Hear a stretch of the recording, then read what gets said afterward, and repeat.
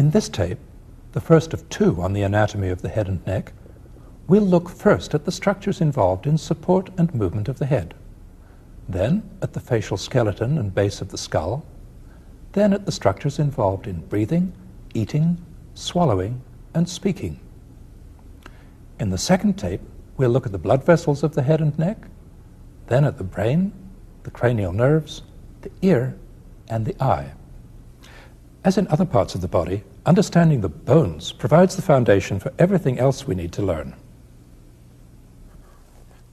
The skull is such a complicated piece of bony anatomy that we won't try to understand all of it at once. Instead, we'll build up our picture of it a little at a time in the course of this tape. In each section, we'll add the parts of the skull that are new to the parts that we've seen already. In that way, we'll end up with a complete picture. In this first section, we'll look at the way the head is attached to the body and how it moves. We'll start by looking at the bones that are involved, then we'll look at the joints and ligaments that connect them.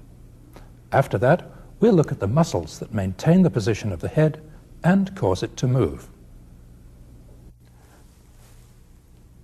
The bones that are involved in support and movement of the head are the thoracic and cervical vertebrae, the upper ribs, the clavicles, and this part of the underside of the skull that's called the occiput.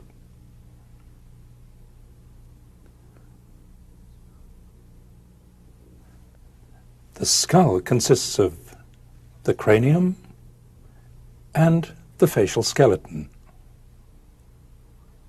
The cranium is the bony container for the brain and the foundation for the facial skeleton. The cranium is made up of a number of originally separate bones. These lines of fusion, known as sutures, show where the bones are joined.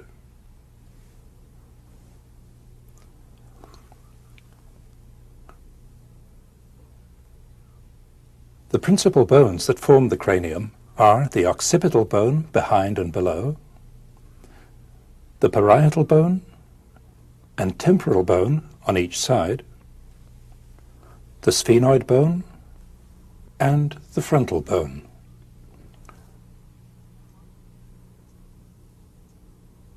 The two bones of the cranium that we're concerned with at present are the occipital bone and the lower part of the adjoining temporal bone. To see the full extent of the occipital bone, we'll take the mandible out of the picture. The occipital bone extends all the way from here at the back to here underneath. The most striking feature of the occipital bone is this large opening, the foramen magnum, through which the spinal cord and its accompanying structures pass. The part of the occipital bone in front of the foramen magnum is called the basilar part, often referred to as the base of the occiput. The two temporal bones converge on it from each side. We'll look at them in a minute. Let's look at the occipital bone on the inside in a skull that's been divided in the midline. Here's the foramen magnum. Here's the basilar part of the occipital bone. It slopes forwards and upwards, more steeply on the inside than on the underside, since it's triangular in sagittal section. Let's look at some more details in a skull that hasn't been colored. On each side of the anterior half of the foramen magnum are the two occipital condyles. The occipital condyles are the joint surfaces which articulate with the atlas vertebra to form the atlanto-occipital joints. We'll look at these joints in a minute. The outline of the front and the top of the cranium is well known to us from our everyday observation of surface anatomy. It's perhaps surprising to see how far round the back of the cranium curves, and what an extensive overhang there is behind. The overhang is formed by the part of the occipital bone that's behind the foramen magnum, the squamous part. The overhang is obscured by the neck muscles that are attached to this broad area on the occipital bone. the bone bears the marks of their attachment. This lump in the middle is the external occipital protuberance. This faint ridge, leading out toward the mastoid process, is the superior nuchal line. Below it is the inferior nuchal line. We'll meet the structures that are attached here later in this section. Now that we've looked at the occipital bone, let's take a look at the temporal bone. It's quite a complicated bone. To see its full extent, we'll again remove the mandible. The temporal bone goes from here on the outside to here underneath. This is the petrous part of the temporal bone. This is the squamous part. A prominent feature of the temporal bone is this large projection, the mastoid process. As we'll see, it's the origin of some of the muscles that move the head, including the sternocleidomastoid. It's easy to feel the mastoid process here, behind and below the ear. While we're getting introduced to the temporal bone, we'll take a first look at some of its other important features, which we'll appreciate in later sections of these two tapes. We'll also meet some of the small openings through which important blood vessels, nerves, and other structures enter and leave the cranium. There are many of these openings. Here, we'll just look at the openings on the outside of the temporal and occipital bones. This is the zygomatic arch, formed largely by the temporal bone and partly by the adjoining zygomatic bone. Here on the underside of the root of the zygomatic arch, this complex curved surface articulates with the condyle of the mandible to form the temporomandibular joint. This is the external auditory meatus leading to the middle ear. This long, sharp projection is the styloid process. Just at the base of the styloid is the little stylomastoid foramen for the facial nerve. Medial to the styloid process are two major openings for blood vessels. The carotid canal passing forwards for the internal carotid artery, and the jugular foramen passing backwards for the internal jugular vein. Just above the occipital condyle is the hypoglossal canal for the hypoglossal nerve.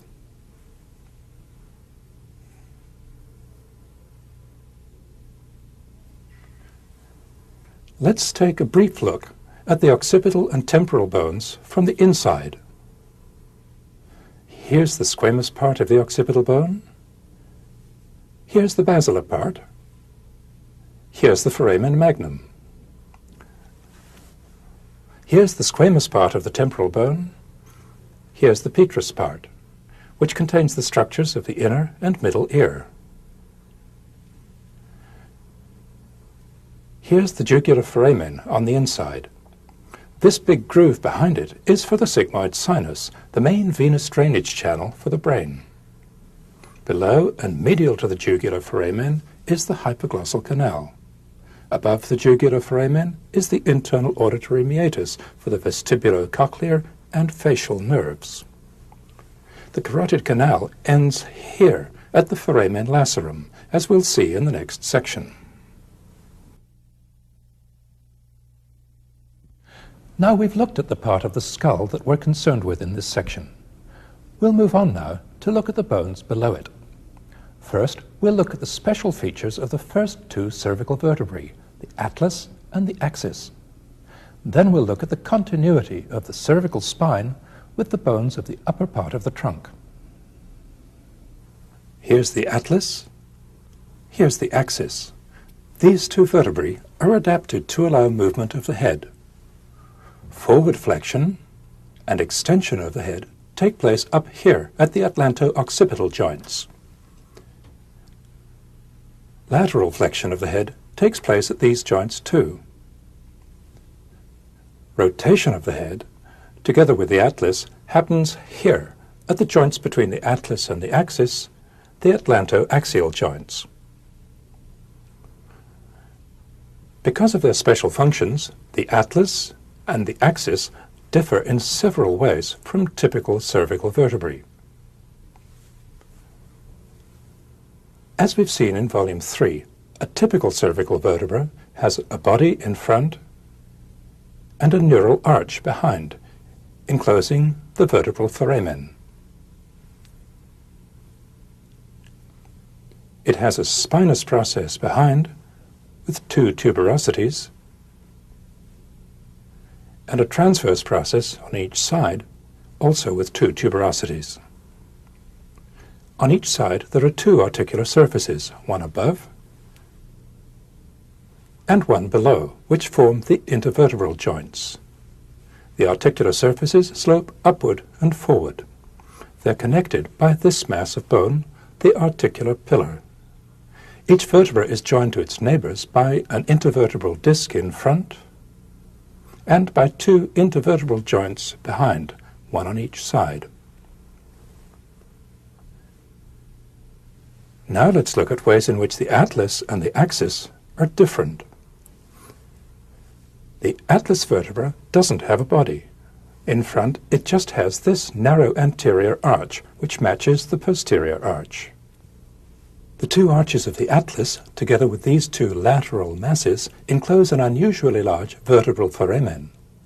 This part is occupied by the spinal cord, this part by the odontoid process of the axis, which we'll meet in a moment. The upper articular surfaces of the atlas are shaped like parts of the inside of a cup, to match the shape of the occipital condyles. The lower articular surfaces of the atlas are shaped like parts of the inside of a cone. Now let's look at the axis vertebra. The body of the axis is prolonged by this important projection, the odontoid process. In terms of development, the odontoid process represents the missing body of the atlas. In terms of function, it's the pivot around which the head, together with the atlas, rotates. The upper articular surfaces of the axis are placed well in front of the lower ones. The upper surfaces are in a straight line with the odontoid process. As rotation occurs between these surfaces and those of the atlas, the odontoid process stays in the middle. The odontoid process is surrounded in front and on each side by bone. It's held in place behind by a strong ligament, the transverse ligament of the atlas. The odontoid process is also held in place from above by two strong ligaments, the alar ligaments, which are attached here and here. We'll see these ligaments shortly.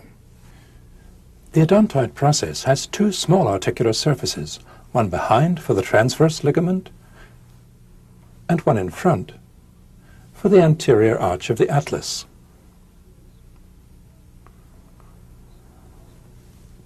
To see how these structures relate to the base of the skull, we'll take an inside look from behind at a specimen in which the neural arches and the back of the occipital bone have been removed.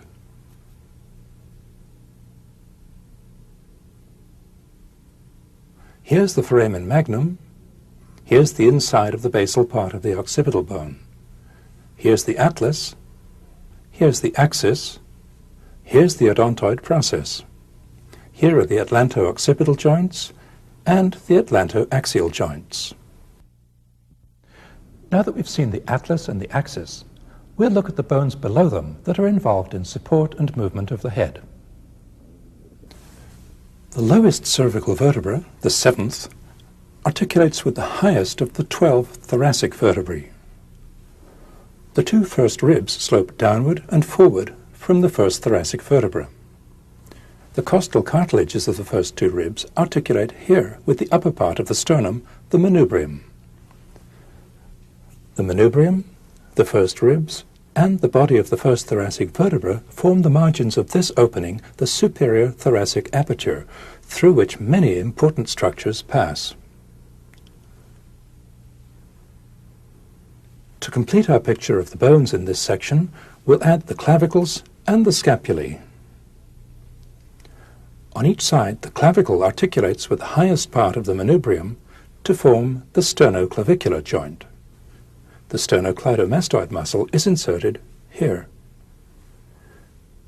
The scapula is attached to the clavicle here, at the acromioclavicular joint. In addition, the scapula is held in place by powerful muscles, the highest of which, the trapezius, arises here on the skull and is inserted here.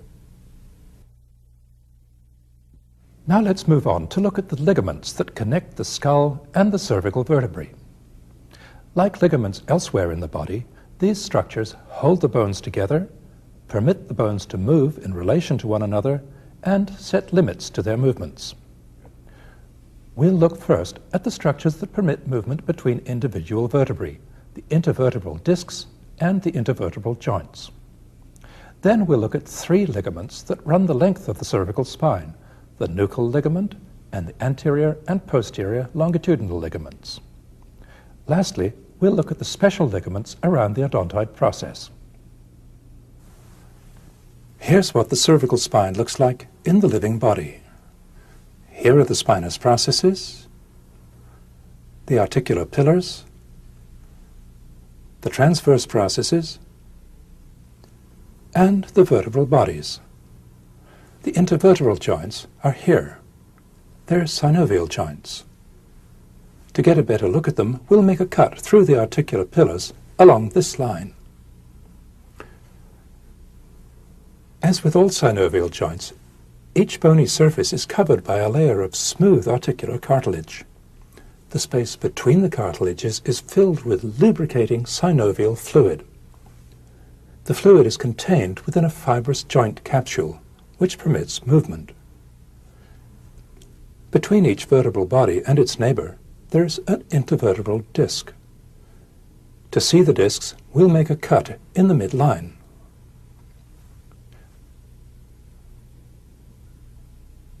The discs are made of fibrocartilage that's attached firmly to the vertebra above and below.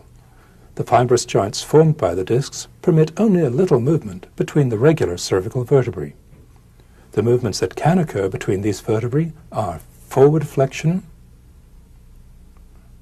extension, and a twisting movement that's a combination of rotation and lateral flexion.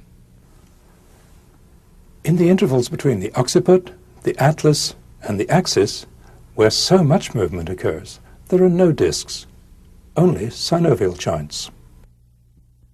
Now we'll look at the three ligaments that run the length of the cervical spine, starting with the nuchal ligament.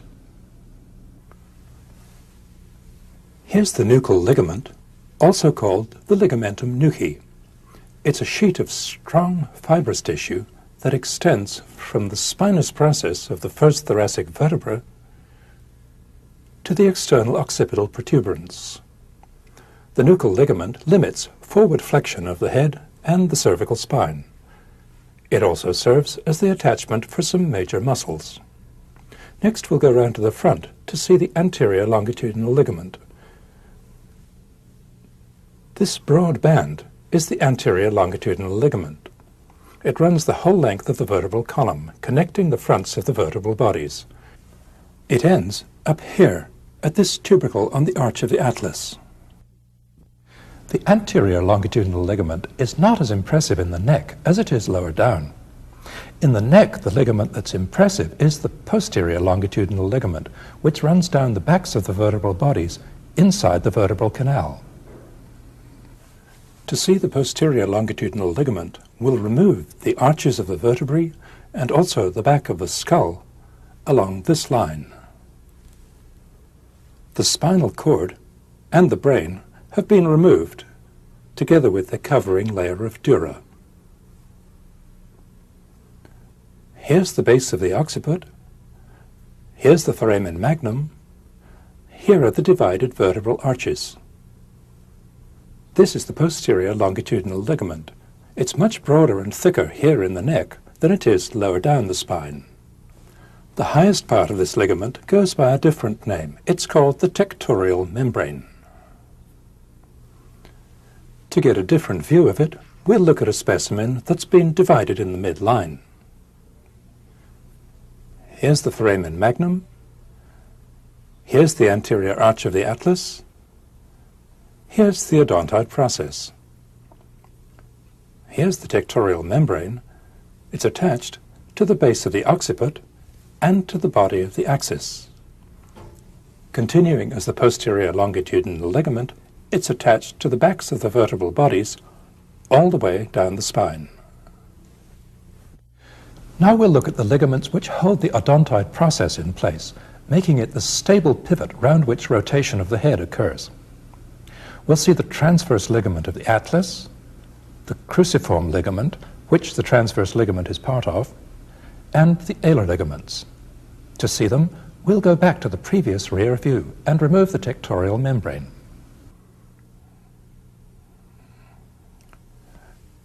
Directly beneath the tectorial membrane is this strong and important ligament, the transverse ligament of the atlas. The transverse ligament is attached on each side to these two tubercles on the atlas. The transverse ligament prevents the odontoid process from being displaced backwards. A slender ligament, the superior band, runs upward from the transverse ligament to the base of the occiput. Another one, the inferior band, runs downward to the body of the axis. These, along with the transverse ligament of the atlas, are referred to collectively as the cruciform ligament. We'll remove all of the cruciform ligament to see the odontoid process and the alar ligaments. Here's the odontoid process. Here are the massive alar ligaments. They pass from here on the odontoid process to here on the inside of the occipital condyles. The alar ligaments limit rotation of the head, especially in lateral flexion. Here's the side view again. Here's the tectorial membrane. Here in front of it is the divided transverse ligament of the atlas. It's quite an impressive structure. Lastly, we'll look at the ligaments that connect the vertebral arches. The arches of the regular cervical vertebrae are held together by strips of yellow fiber cartilage, known collectively as the ligamentum flavum. The arches of the axis and the atlas and the edges of the foramen magnum are held together by these loose and flexible sleeves of fibrous tissue, the atlanto-occipital and atlanto-axial ligaments. We've looked at a lot of anatomy already. Before we move on to look at the muscles, let's review what we've seen of the bones, joints and ligaments of this very fundamental part of the head and neck.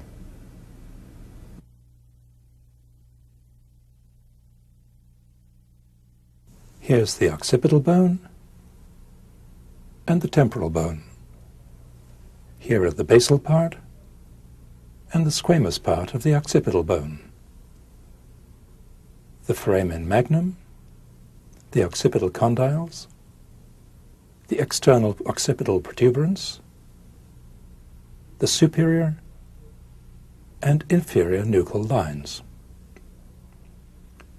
On the temporal bone, here's the petrous part and the squamous part. Here are the mastoid process, the zygomatic arch, and the surface for the temporomandibular joint. Here's the external auditory meatus and the styloid process. The stylomastoid foramen, the carotid canal, the jugular foramen, and the hypoglossal canal. On a typical cervical vertebra, here's the body, the neural arch, the vertebral foramen, the spinous process, the transverse processes, the articular surfaces, and the articular pillar. On the atlas vertebra, here's the anterior arch, the posterior arch, and the lateral bodies. On the axis vertebra, here's the odontoid process. Here are the intervertebral joints and the intervertebral discs. Here are the atlanto-occipital and atlantoaxial joints. Here's the nuchal ligament, the anterior longitudinal ligament, the posterior longitudinal ligament, and the tectorial membrane. Here's the cruciform ligament, consisting of the transverse ligament of the atlas, the superior band, and the inferior band. And here are the two alar ligaments.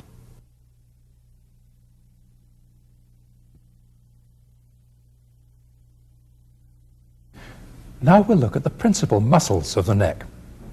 We'll build up our picture from the inside to the outside. We'll start with 4 short muscles on the underside of the occiput, the 2 oblique muscles and the 2 rectus muscles. Collectively, these are called the suboccipital muscles.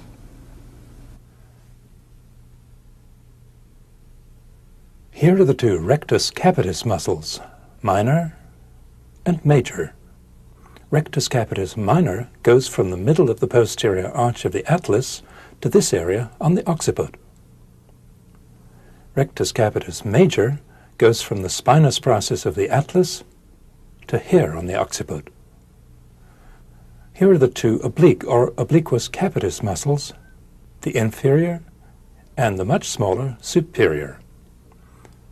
The inferior oblique goes from the spine of the axis vertebra to the transverse process of the atlas. The superior oblique goes from the transverse process of the atlas to here on the occiput. The action of the suboccipital muscles is to extend the head and to rotate it toward the same side. Next we'll go round to the front to see the longus muscles and the scalene muscles. Here are the longus muscles, longus cervicis here, merging with longus capitis higher up. Longus capitis arises from the base of the occiput and inserts on the transverse processes of C3, 4, and 5. Longus cervicis arises from the bodies of C1 to 4 and inserts on the bodies of the vertebrae from C5 all the way down to T4. Longus capitis and cervicis are weak flexors of the head and cervical spine. Next we'll add the 3 scalene muscles to the picture. The anterior scalene, middle scalene, and posterior scalene. They arise from the transverse processes of the lower 5 cervical vertebrae. The anterior scalene from the anterior tubercles, the middle and posterior scalene from the posterior tubercles. The anterior and middle scalene muscles insert on the first rib. The posterior scalene inserts on the first and second ribs. The scalene muscles are involved not in movements of the neck, but in elevating the upper ribs in deep inspiration. The scalene muscles have important relationships to the subclavian artery and the brachial plexus, shown in Volume 1 of this atlas. Now we'll add the clavicles and the scapulae to the picture and go round to the back again to look at 3 large muscles that shape the back of the neck, semispinalis, splenius, and trapezius. We'll add semispinalis to the picture first. Here's semispinalis. It arises by many tendons of origin from the articular processes of C4 to C7 and from the transverse processes of T1 to T6. Semispinalis runs almost vertically to insert here on the occiput, just behind the 2 rectus muscles. The action of semispinalis is to extend the head. In addition, when we're upright or leaning forward, the tonic action of semispinalis prevents gravity from flexing the head. Next we'll add splenius to the picture. Here's splenius. It's a broad strap of muscle which arises from the spinous processes of T3 to C7 and from the lower half of the nuchal ligament. Splenius passes upward and laterally to insert in the lateral half of the superior nuchal line and on the back of the mastoid process. Splenius assists in rotating the head toward the same side. This muscle beside splenius is levator scapulae, which is shown in volume 1 of this atlas. Lastly, we'll add trapezius to the picture. Here's trapezius. Trapezius is a large and complex muscle. As shown in volume 1, its lower part extends all the way down to T12. Here we're concerned only with its upper part. The upper part of trapezius arises from the medial part of the superior nuchal line and from the nuchal ligament. Its fibers fan out downward and laterally to insert on the spine of the scapula, the acromion, and the lateral third of the clavicle. The trapezius muscles largely define the shape and outline of the neck, both from behind, here are the two trapezius muscles, and from in front. This is trapezius again. Trapezius is thought of mainly as a shoulder muscle. Its upper part raises the scapula. In addition, when the scapula is held steady by the action of other muscles, trapezius acts in the same way as semispinalis, in extending the head and in keeping the head upright when we lean forward. The last muscle to add to our picture is the sternocleidomastoid. Here it is. It arises from here on the mastoid process and just behind it. The sternocleidomastoid muscle runs downwards, forwards, and medially to insert partly on the medial end of the clavicle and partly on the manubrium. Contraction of one sternocleidomastoid muscle produces rotation of the head toward the opposite side. Contraction of both sternocleidomastoids together produces flexion of the head and cervical spine. When we're leaning backwards, their tonic action prevents gravity from extending the head and neck. The tendons of insertion of the two sternocleidomastoid muscles, together with the medial ends of the clavicles, define this hollow in the lower part of the neck. Now we've seen the principal muscles that produce movements of the head and neck. Let's review the muscles that we've seen.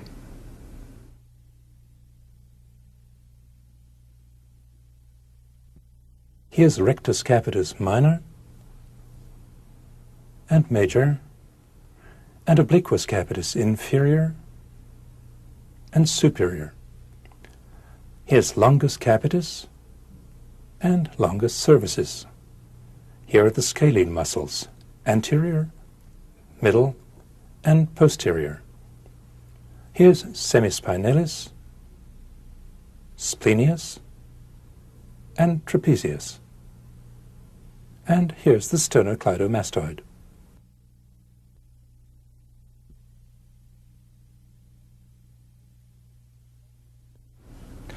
That brings us to the end of this section on support and movement of the head.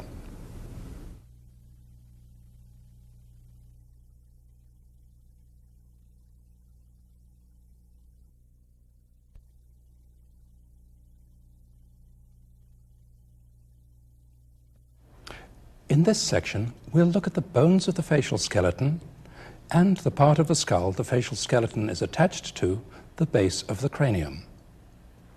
Understanding the bony anatomy of this region will give us a good foundation for understanding some large and important areas of the head and neck.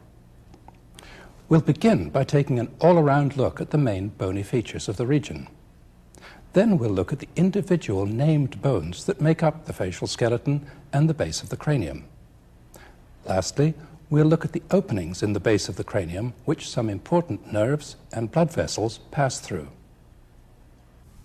The facial skeleton consists of a number of named bones.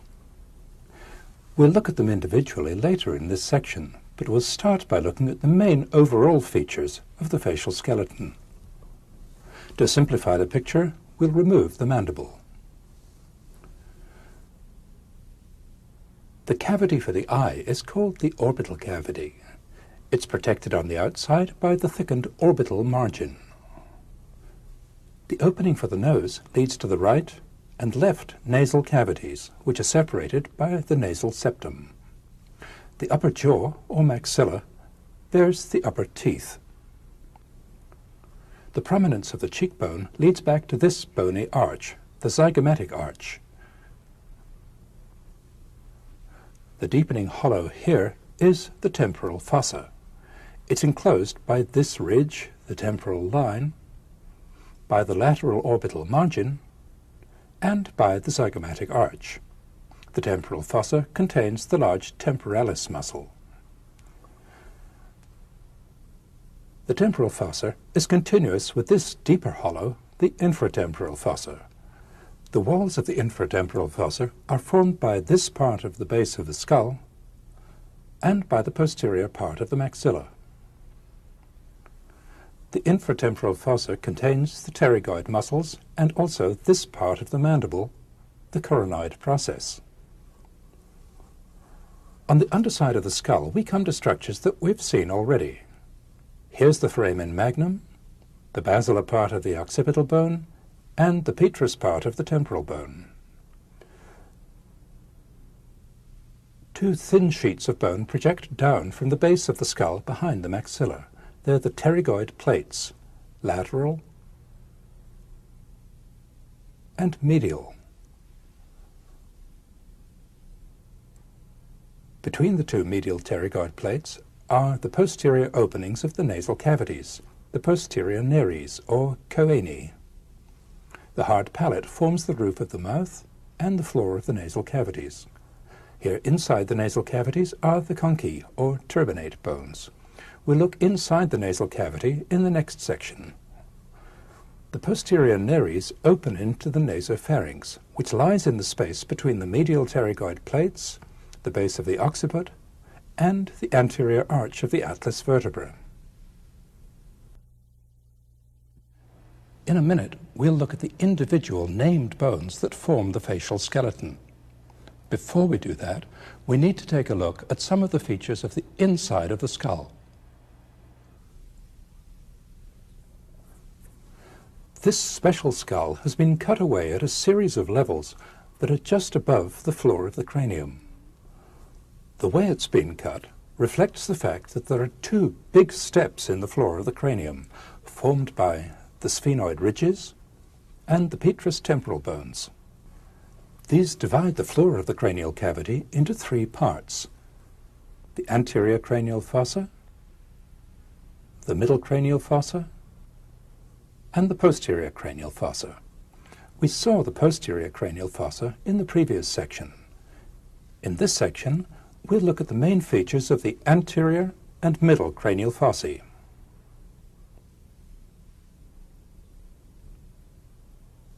The bone that forms this upward bulge in the floor of the anterior fossa is the same bone that forms the roof of the orbit.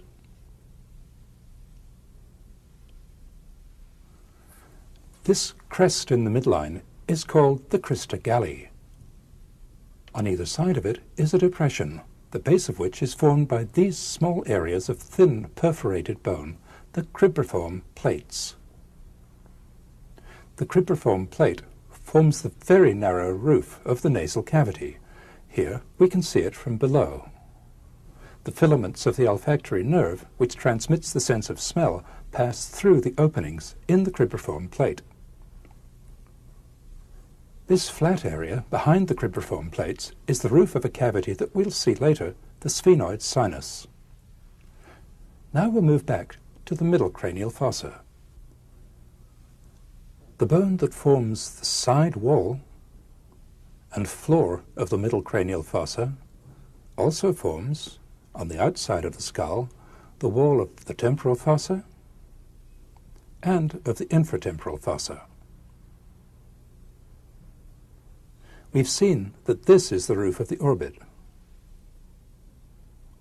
The bone that forms the anterior wall of the middle temporal fossa also forms part of the orbit.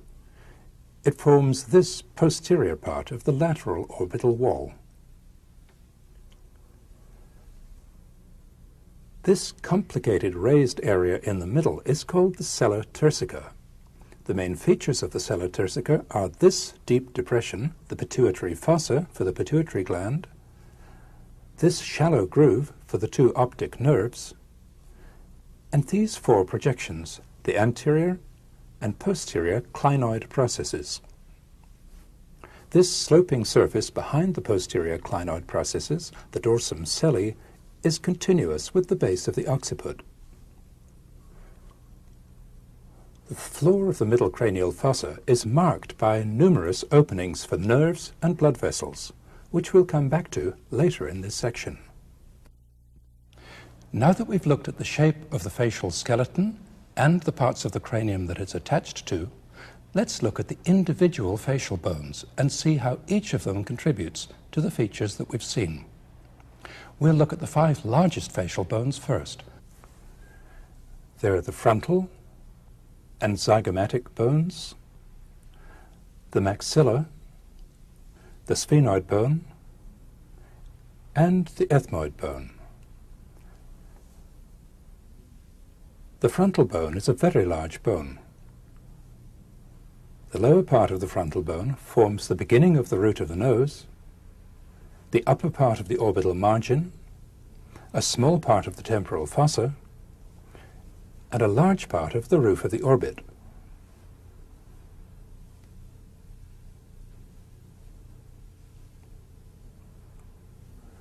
The frontal bone also forms most of the floor of the anterior cranial fossa. The part of the frontal bone near the midline is hollow. The hollow space is the frontal sinus, one of the paranasal sinuses, which we'll look at shortly. Next, we'll look at the zygomatic bone. The zygomatic bone forms the bony prominence of the cheek. It also forms the lower lateral part of the orbital margin and this part of the lateral orbital wall. The zygomatic bone extends backward to meet the zygomatic process of the temporal bone, forming the zygomatic arch. Now we'll move forward and look at the maxilla. Here's the maxilla. The right and left maxillae are joined together in the midline. On each side, the maxilla forms the lower medial part of the orbital margin and almost all of the floor of the orbit. The maxilla bears the upper teeth. On the underside, it forms much of the hard palate. The maxilla is hollow. It contains the largest of the paranasal sinuses, the maxillary sinus. To see the posterior part of the maxilla, we'll remove the zygomatic arch. Here's the back of the hollow part of the maxilla. Down here, the maxilla is joined to the bone behind it, the sphenoid bone. Apart from this attachment, the maxilla is separated from the sphenoid by this impressive cleft, which has a vertical part and a horizontal part. The vertical part of the cleft is called the pterygomaxillary fissure. The horizontal part of the cleft is called the inferior orbital fissure. The inferior orbital fissure, here it is from in front, separates the floor of the orbit, formed by the maxilla, from the lateral wall that's formed by the sphenoid.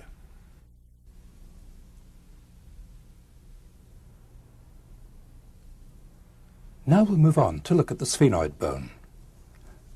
The sphenoid bone is extremely complex. It extends all the way from one side of the skull to the other.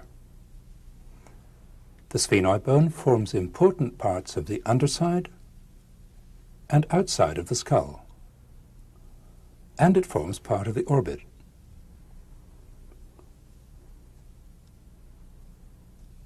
The sphenoid bone also forms this large and complicated part of the floor of the cranium. Here's a sphenoid bone all by itself. The sphenoid bone has a central part, and on each side 3 major projections: the lesser wing, the greater wing, and the pterygoid process.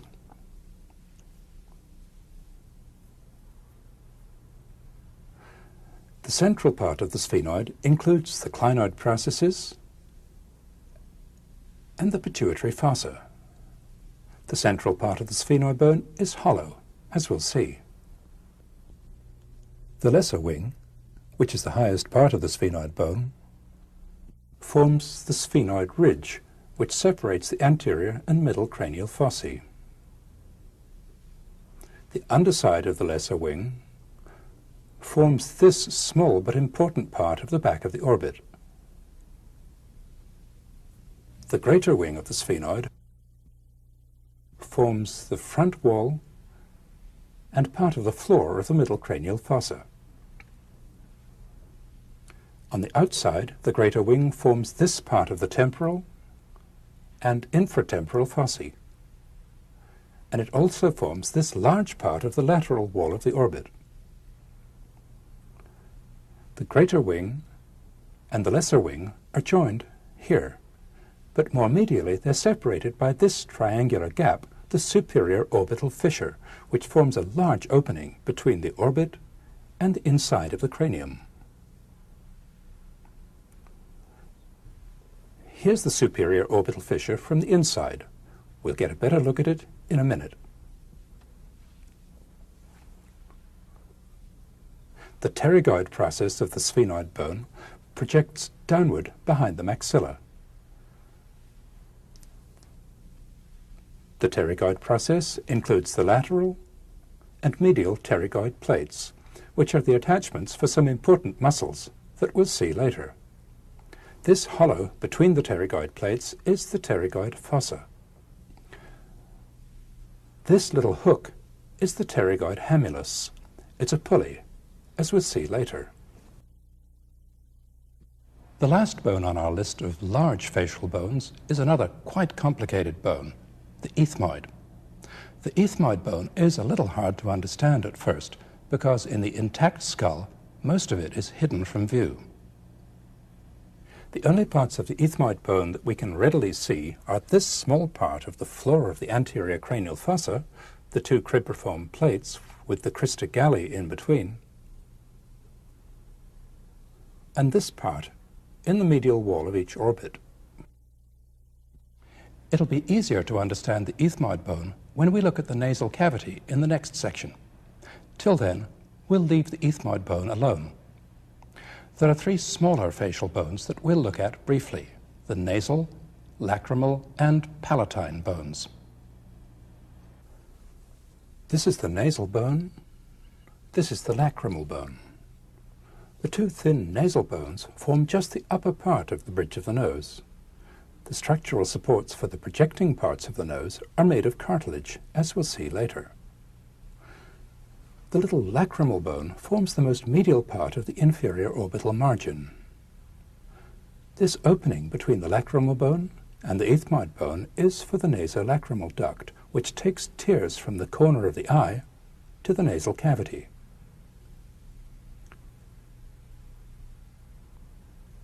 Last of all, we'll look at the palatine bone. Here's the lower part of it. On each side, the palatine bone forms the posterior part of the hard palate and part of the side wall of the nasal cavity. We'll get a better look at the palatine bone when we look at the nasal cavity. Now we'll move on to take a look at the openings in the floor of the anterior and middle cranial fossa that we saw earlier. We'll look at three openings that pass forwards,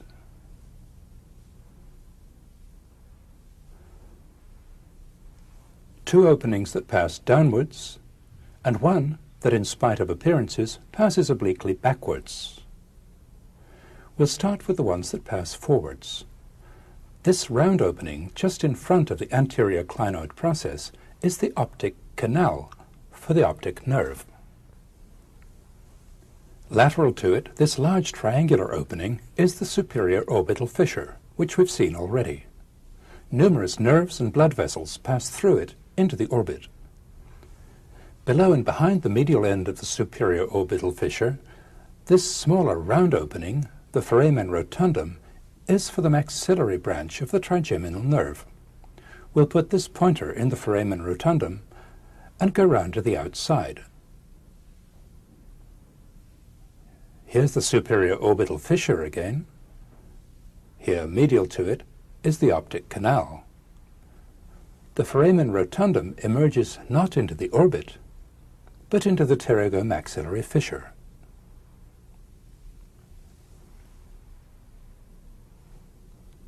The two openings that pass downward are the foramen ovale for the mandibular branch of the trigeminal nerve, and just behind and lateral to it, the foramen spinosum for the middle meningeal artery. To see where those two come out, we'll go round to the underside.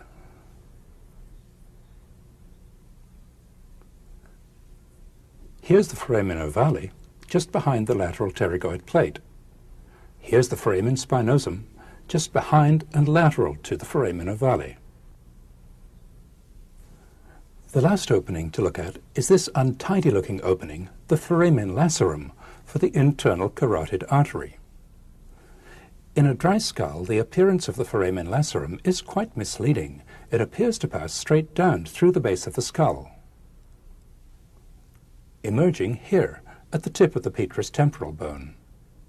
In the living body, the apparent opening on the underside is filled in with dense cartilage and fibrous tissue, represented by this material. Fibrous tissue also fills in this ragged part of the internal bony opening. What's left of the foramen lacerum is a clean-cut opening through which the internal carotid artery emerges from its obliquely running bony tunnel, the carotid canal. The other end of the carotid canal, as we saw in the previous section, is back here, just medial to the styloid process. In front of the opening for the carotid canal, there's one further opening that we haven't seen yet, the opening for the auditory tube, also called the eustachian tube. The auditory tube passes backwards and laterally to emerge here in the middle ear. The auditory tube is longer than this. Medially, it's prolonged by a tube of cartilage, represented by this colored material. The auditory tube opens into the nasopharynx, as we'll see. We'll look at these openings again in the sections of these two tapes that deal with the blood vessels and cranial nerves. We've seen a lot of bony anatomy in this section. Let's review what we've seen of the anatomy of the facial bones and the base of the cranium.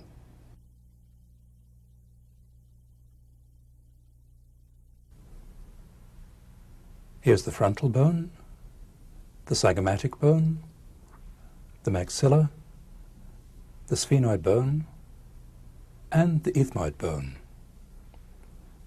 Here's the nasal bone, the lacrimal bone, and the palatine bone. Here's the orbital cavity, the orbital margin, and the opening for the nasolacrimal duct. Here's the zygomatic arch, the temporal line, the temporal fossa, and the infratemporal fossa. Here's the pterygomaxillary fissure and the inferior orbital fissure. On the sphenoid bone, here's the lesser wing, the greater wing, and the pterygoid plates, medial and lateral. Here's the pterygoid fossa. Here's the hamulus. On the inside, here's the anterior cranial fossa, the middle cranial fossa, and the posterior cranial fossa. Here's the sphenoid ridge, the crista galli, and the cribriform plates. Here's the sella turcica, consisting of the anterior and posterior clinoid processes, the pituitary fossa, and the dorsum celli. Here's the optic canal, the superior orbital fissure, and the foramen rotundum. Here's the foramen ovale, the foramen spinosum, and the foramen lacerum. Here's the true opening of the carotid canal. Here's the opening for the auditory tube. Here's the cartilage of the auditory tube.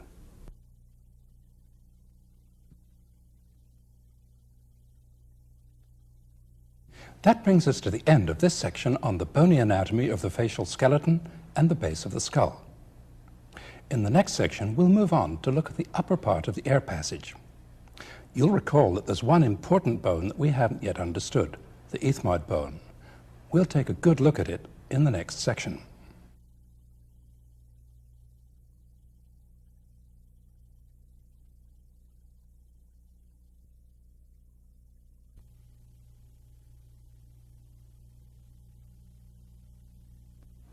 In the next 3 sections, we'll look at the parts of the head and neck that are involved in 2 vital functions: breathing and eating and drinking.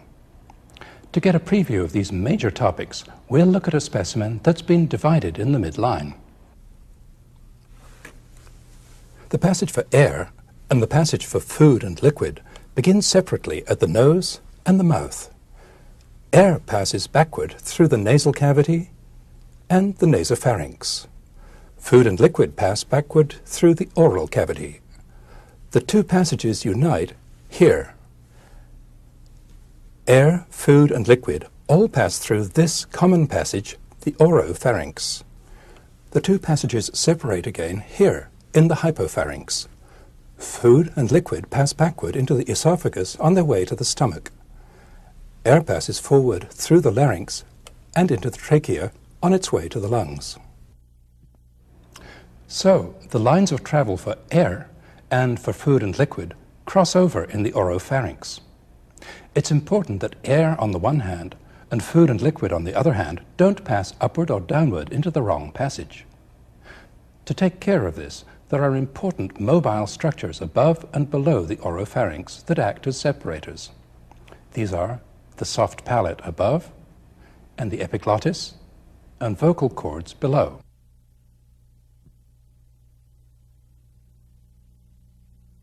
As we'll see in later sections of this tape, the structures that form the passages for air and for food and liquid are also involved in a further important function, the production of voice sounds.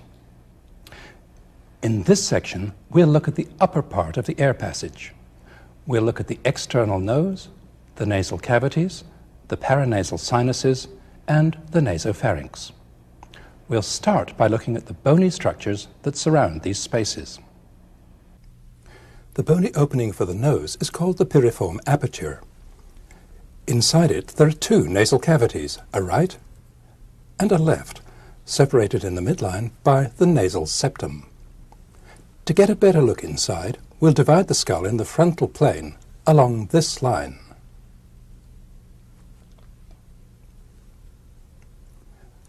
There's a lot to see here. Let's get ourselves oriented.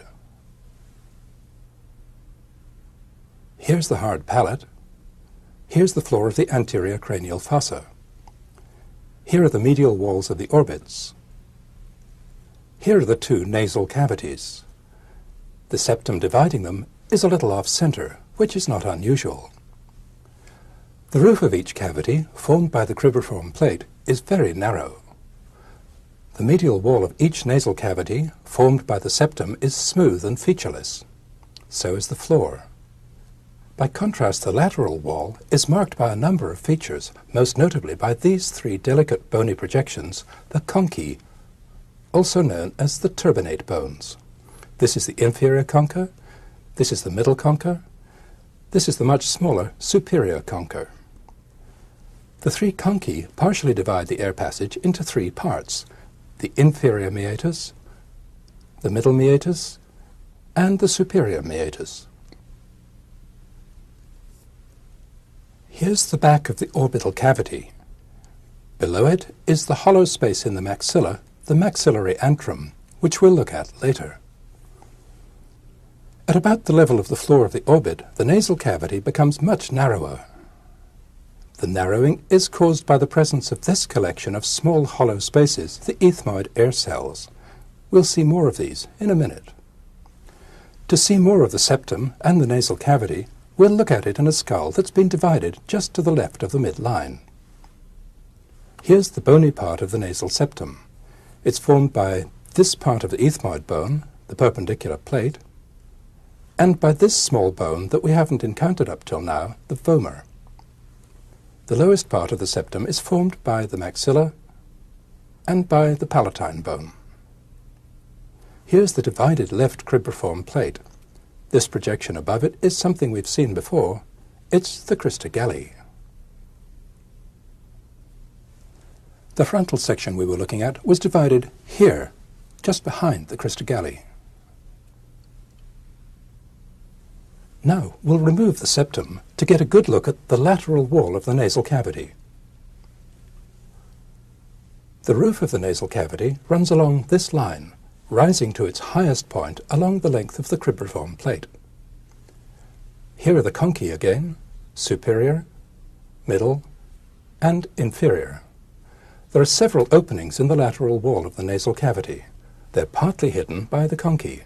We'll see them in a minute. The lateral wall of the nasal cavity is formed partly by the maxilla, partly by the ethmoid bone, and partly by the perpendicular part of the palatine bone. Further back, where the nasal cavity becomes the nasopharynx, the lateral wall is formed by the medial pterygoid plate. The large facial bones that surround the nasal cavity, the frontal bone, the maxilla, the sphenoid, and ethmoid bones, are hollow to a greater or lesser extent. The hollow spaces in these bones contain the paranasal sinuses, which in the healthy living body are filled with air. The paranasal sinuses all communicate with the nasal cavity. To see the sinus cavities, we'll look at a skull in which part of the bone that overlies each sinus has been removed. Here's the cavity for the right frontal sinus. There's a left one, too, on the other side of this partition. The frontal sinus extends upward behind the lower part of the forehead and also, to a variable extent, backwards between the roof of the orbit and the floor of the anterior cranial fossa.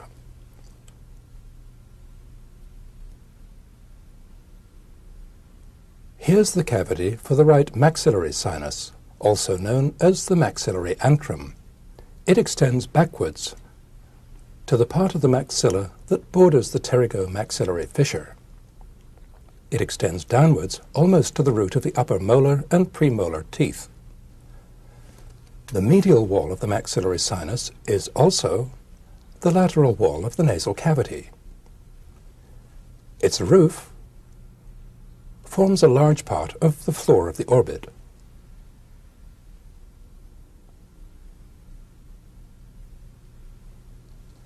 The sphenoid sinuses occupy the central part of the sphenoid bone. This opening has been made to show the right sphenoid sinus. To see it better, we'll look at the skull divided in the midline. Here's the right sphenoid sinus again. Above the sphenoid sinus is the floor of the anterior cranial fossa and the sella turcica. Behind it is the basilar part of the occipital bone. In front of it is the high part of the nasal cavity. Below it is the roof of the nasopharynx. Lastly, we'll come round to the front to look at the collection of small cavities that contain the ethmoid air cells, collectively referred to as the ethmoid sinus. These extend from just behind the nasolacrimal duct all the way back along the medial wall of the orbit. As we've seen already, the ethmoid air cells lie between the medial wall of the orbit and the lateral wall of the upper part of the nasal cavity. Before we go further, we need to catch up on something that we left unfinished in the previous section, understanding the ethmoid bone. We've encountered the various parts of the ethmoid bone, but till now we've put off seeing the whole of it. We'll do that now. Then we'll come back and look at the openings of the paranasal sinuses. The ethmoid bone is a fragile coalition of parts. The best way to see all of them is to go back to the skull that was divided in the frontal plane. All of this is the ethmoid bone. This part, the perpendicular plate of the ethmoid, forms a large part of the bony nasal septum. This upward projection is the beginning of the crista galli, which rises up in the floor of the anterior cranial fossa. On each side of the crista galli are the cribriform plates, which we've seen already from above and from below. The most lateral part of the ethmoid bone is this paper-thin layer, the lamina papyracea, which forms this part of the medial wall of the orbit. Between the lamina papyracea and the upper part of the nasal cavity are the ethmoid air cells, as we've seen. The superior and middle conchae are also parts of the ethmoid bone. The ethmoid bone is joined to the frontal bone above, the maxillae below, and the central part of the sphenoid bone behind. Now that we've seen the ethmoid bone, we'll return to the cavities for the paranasal sinuses and see how they connect with the nasal cavity. We'll look at the openings for the frontal and maxillary sinuses first. Here's the frontal sinus cavity. Here's the maxillary sinus cavity, seen through an artificial opening. The frontal and maxillary sinuses both open in this complex area beneath the middle concha, which we need to look at in more detail. In a dry skull, there are two large irregular openings from the nasal cavity into the maxillary sinus, separated by this flake of bone, the uncinate process.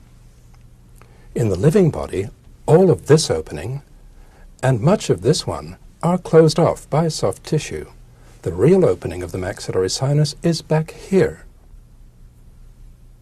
If we look in from in front, we can see that the opening is quite high on the medial wall of the maxillary antrum. The frontal sinus opens into the nasal cavity by way of a narrow passage, the frontonasal duct. The frontonasal duct starts above the uncinate process and runs upward and forward to reach the frontal sinus. The frontal and maxillary sinuses open into the nasal cavity, not directly, but into a narrow side chamber located here, called the infundibulum. The infundibulum isn't apparent in a bony specimen. We'll see it when we look at the soft tissues. Now we'll look at the openings for the other sinuses. The sphenoid sinus opens into the nasal cavity here, above and behind the superior concha. The ethmoid air cells, which are up in this region, have several small openings into the nasal cavity. Some of these are behind the middle concha, some of them are below it. There are two more openings to see in the lateral wall of the nasal cavity. The opening for the nasolacrimal duct, or tear duct, and an opening for nerves and blood vessels, the sphenopalatine foramen. As we've seen, the bony passage for the nasolacrimal duct starts here. The nasolacrimal duct, which is quite short, passes downwards and backwards to open beneath the inferior concha. Here's its opening.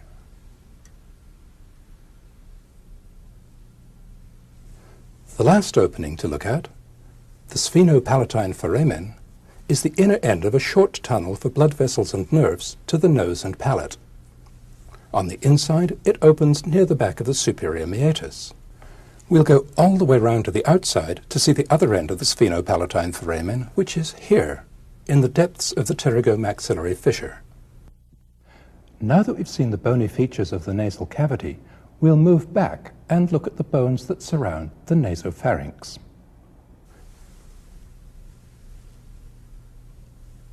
Here's the posterior opening of the nasal cavity, the choana, or posterior nares. Its lateral wall is formed by the medial pterygoid plate. The medial pterygoid plate ends below in the hamulus.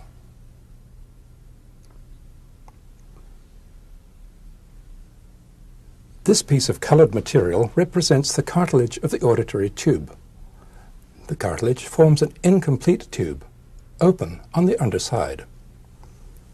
Close to the medial end of the cartilage is a group of openings in the base of the cranium that we've seen before from a different angle, the foramen ovale, foramen spinosum, the opening of the carotid canal, and the jugular foramen.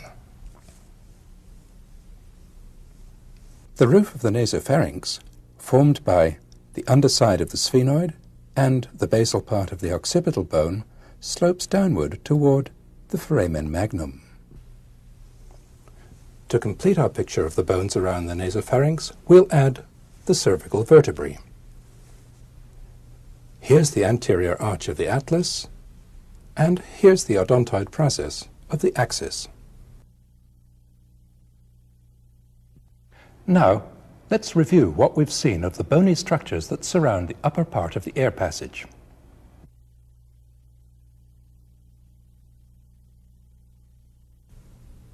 Here's the piriform aperture and the nasal septum. Here are the posterior nares or choanae. Here's the inferior concha, the middle concha, and the superior concha. Here are the superior meatus, middle meatus, and inferior meatus.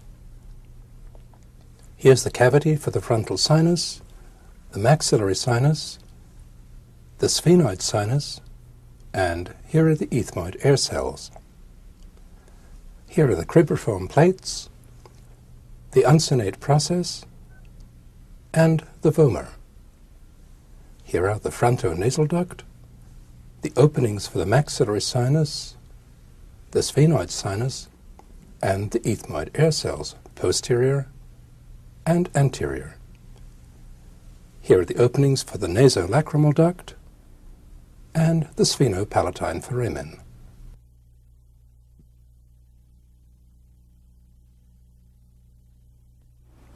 Now that we've looked at the bony features of the nasal cavity, the paranasal sinuses, and the nasopharynx, let's see what this region looks like in the living body.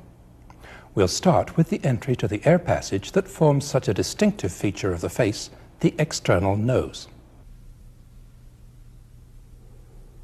The skin over the upper, bony part of the nasal framework is thin and mobile. The skin over the lower, cartilaginous part is thicker and fixed to the underlying structures.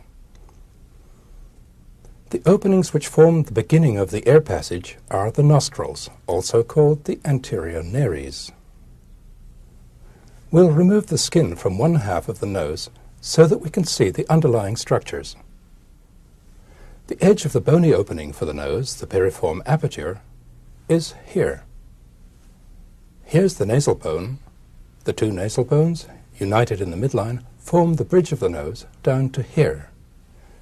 From here, almost to the tip, the bridge of the nose is formed by the front edge of the septal cartilage, which we'll see more fully in a minute. On each side, the framework of the nose is formed by two slender pieces of cartilage, the lateral cartilage and the alar cartilage. The lateral cartilage is thin and flat. In front, it's continuous with the septal cartilage. The alar cartilage has two parts, the lateral crus and the medial crus. The lateral crus forms the curved outer framework of the nostril. The medial crus turns sharply backwards, ending here. Together, the two medial crura form the framework of the lowest, most anterior part of the nasal septum, which is called the columella. To get a good look at the nasal septum, we'll divide the bone and soft tissues along this line and remove the left side of the face.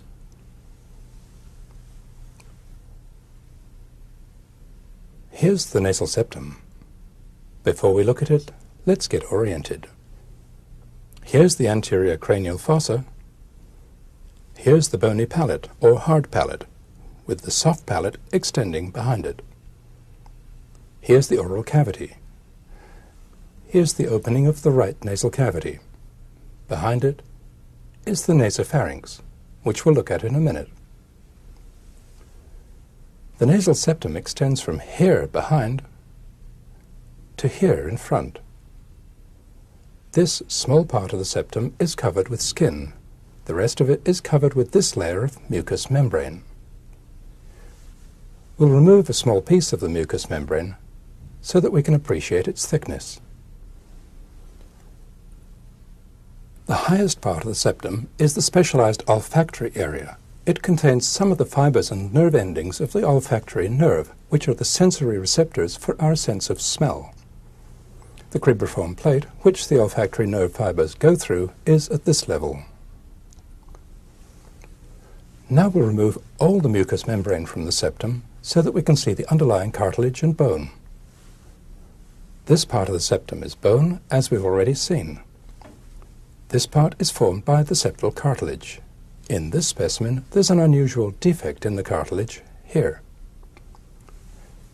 In front, the septal cartilage forms the bridge of the nose down to here, then runs downward and backward to attach to this bony prominence on the maxilla, the anterior nasal spine. Now we'll remove the whole of the nasal septum so that we can see the lateral wall and floor of the nasal cavity. The inside of the nostril, up to the lower border of the lateral cartilage, which is here, is called the nasal vestibule. It's lined with skin. The rest of the nasal cavity is lined with mucous membrane. Here are the conchae, superior, middle, and inferior. The mucous membrane that covers them is richly supplied with mucus glands and with blood vessels. The complex surfaces of the conchae have important functions in humidifying the inspired air and warming it. This olfactory area, like the corresponding area on the septum, contains olfactory nerve fibers and nerve endings. All the paranasal sinuses and the nasolacrimal duct for the tears open into the nasal cavity. To see their openings into the nasal cavity, we'll remove the conchae. The inferior concha was here. Here beneath it is the opening for the nasolacrimal duct. Beneath the middle concha, which was here, is a deep groove called the semilunar hiatus. To see where this leads, we'll retract its lower border with this thread. The semilunar hiatus leads into a narrow, irregular side chamber called the infundibulum. The infundibulum receives the openings of the frontal sinus and the maxillary sinus. Sometimes the more anterior ethmoid air cells open into the infundibulum too. Sometimes, as in this case, they open separately, below the middle concha. Here's where the superior concha was. The more posterior ethmoid air cells open below the superior concha. The sphenoid sinus, which is this cavity, opens forwards into the highest part of the nasal cavity, the sphenoethmoidal recess. Here's the frontal sinus cavity in a different specimen. The opening to the frontonasal duct is behind here.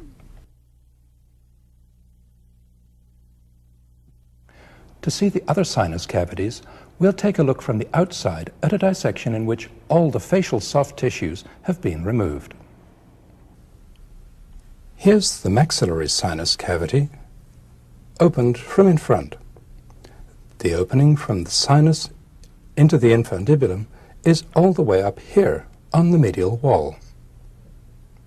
Here are the ethmoid air cells, with the lamina papyracea removed. This opening in the medial wall of the orbit also exposes the infundibulum.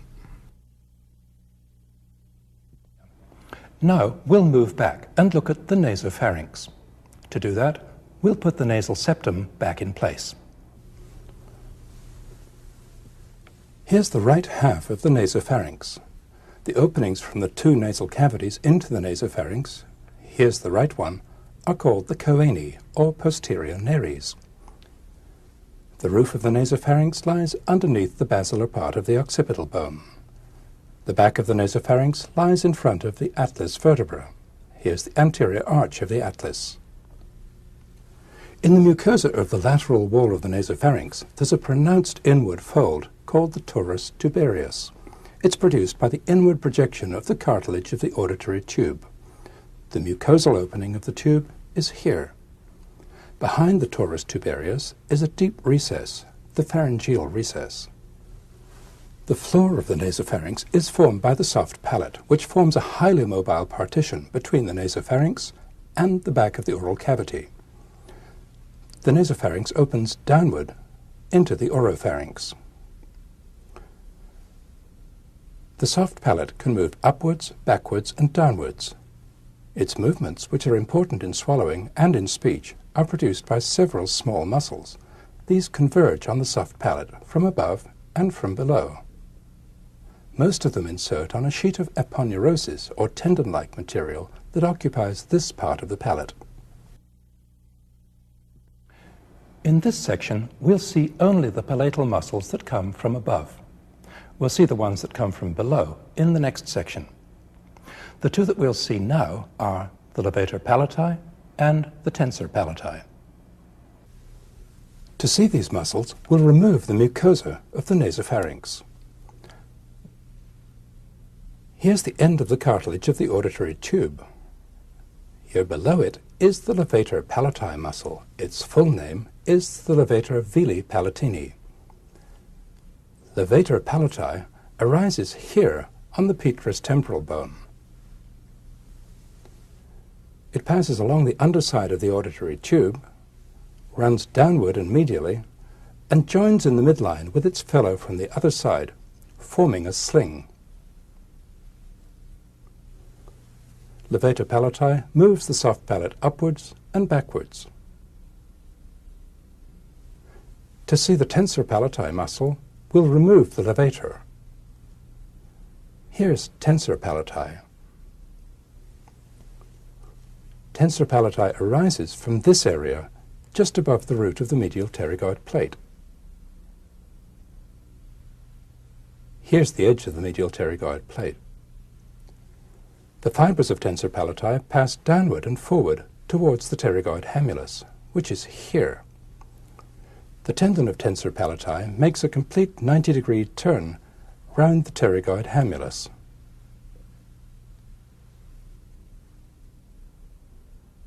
Here's the tendon emerging. It passes medially to insert on the palatal aponeurosis. The action of tensor palati is to tighten the palate when the tongue presses up against it in the act of swallowing. It also may help to open the auditory tube. We'll end this section with a look at the auditory tube. Here's the end of the cartilage of the auditory tube. The cartilage doesn't form a complete tube. It's open on the underside. Here's the cut edge of the mucous membrane, which forms the real auditory tube. It passes backwards and laterally to reach the cavity of the middle ear. The function of the auditory tube is to keep the pressure inside the middle ear the same as the pressure outside it. Now, let's review what we've seen of the upper part of the air passage.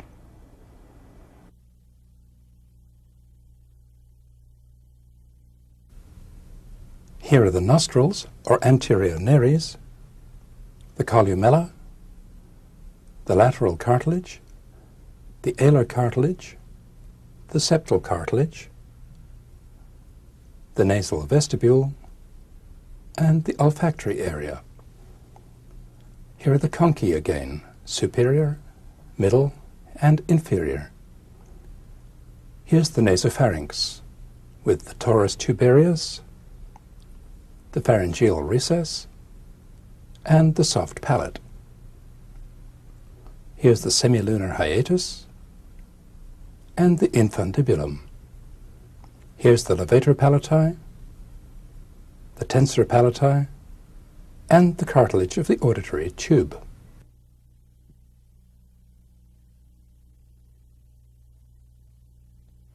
That brings us to the end of this section on the upper part of the air passage. In the next section, we'll look at the upper and lower jaws and the oral cavity.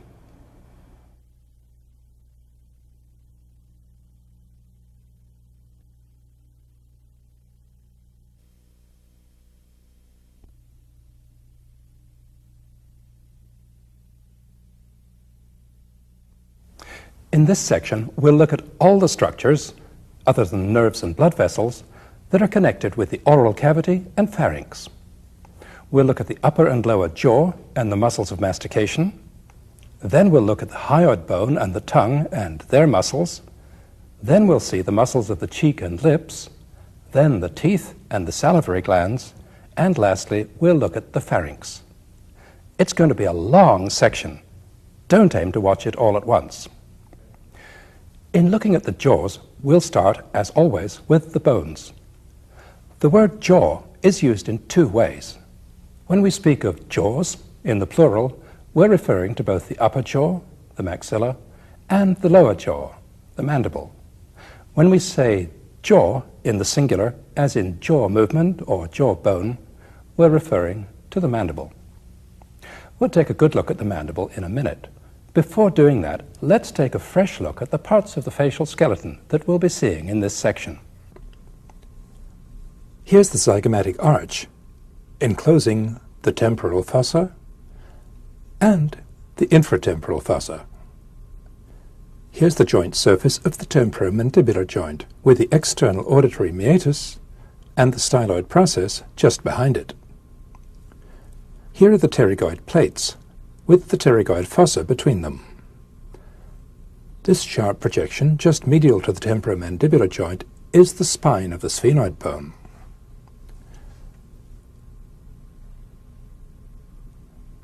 The part of the maxilla that bears the teeth is called the alveolar process. We'll look at the teeth later in this section. The alveolar process ends behind at the tuber. Now we'll bring the mandible into the picture. The mandible develops from two originally separate bones, one on each side, which fuse together here at the symphysis.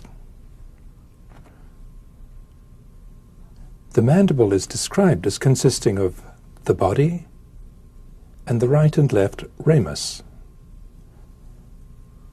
The corner between the ramus and the body is the angle of the mandible. The rounded projection that articulates with the temporal bone is the condyle, or condylar process. The narrowing below the condyle is the neck. The sharp, slender projection in front of the condyle is the coronoid process, a major muscle attachment, as we'll see. The dip between the coronoid process and the condyle is the mandibular notch. The angle of the mandible is roughened on the outside and on the inside by the insertions of a matching pair of muscles, the medial pterygoid on the inside and the masseter on the outside, which we'll see shortly. The body of the mandible is described as consisting of the base and the alveolar process. The side of the body slopes upward and inward, slightly on the outer aspect, markedly on the inner aspect. The posterior part of the alveolar process bulges medially above this hollow, the submandibular fossa. This projection in the midline is the mental protuberance. On the inside, this roughened area is the mental spine. Two pairs of muscles are attached here, the geniohyoid and genioglossus muscles. On the inner aspect of the mandible, this thickening below the coronoid process is the buttress. In the middle of the ramus, level with the tops of the teeth, is the mandibular foramen. Just in front of it is a small upward projection, the lingula. The mandibular foramen is the start of a tunnel for the inferior alveolar nerve and blood vessels. A major branch of the nerve emerges on the outside at the mental foramen. Now that we've seen the mandible, let's take a look at the joint that enables it to move, the temporomandibular joint. It's a synovial joint with articular cartilage on the bone surfaces and a joint capsule that encloses synovial fluid. It's a double joint. There are two separate synovial cavities, one above the other. These are separated by an articular disc that's flexible and highly movable. This arrangement permits two kinds of movement, as we'll see. Here's what the two joint surfaces look like in the living body. They're shaped quite differently. The articular surface of the condyle is curved sharply from front to back. It's almost pointed on the top. The articular surface of the temporal bone has a double curve. This concave part is the mandibular fossa. This convex part is formed by the downward bulge of the articular tubercle.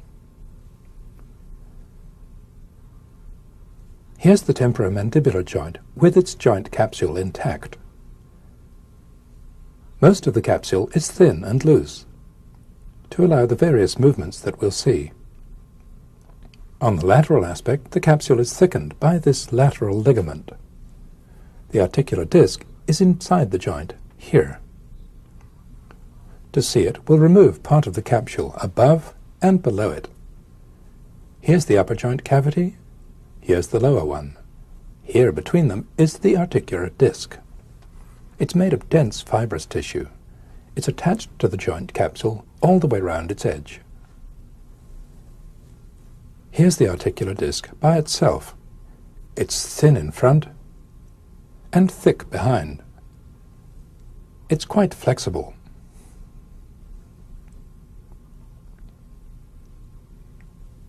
The two kinds of movement that can occur at the temporomandibular joint are a hinging movement and a forward and backward gliding movement. The hinging movement takes place between the condyle and the disc. The backward and forward movement takes place mainly between the disc and the temporal surface. The normal opening and closing of the jaw is a combination of the two movements. If you put your finger here, you can feel the condyle moving forwards as the jaw opens. Forward movement of the body of the mandible is held in check by two ligaments that lie outside the temporomandibular joint.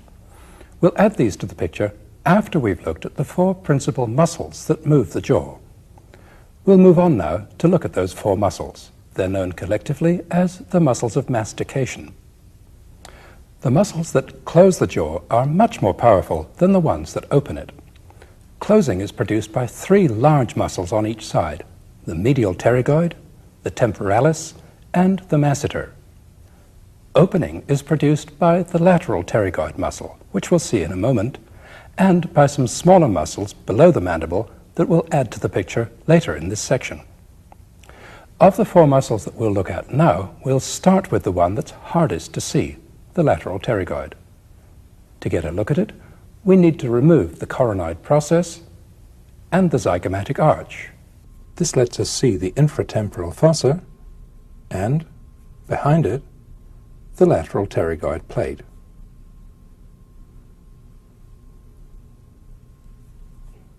Here's the lateral pterygoid muscle.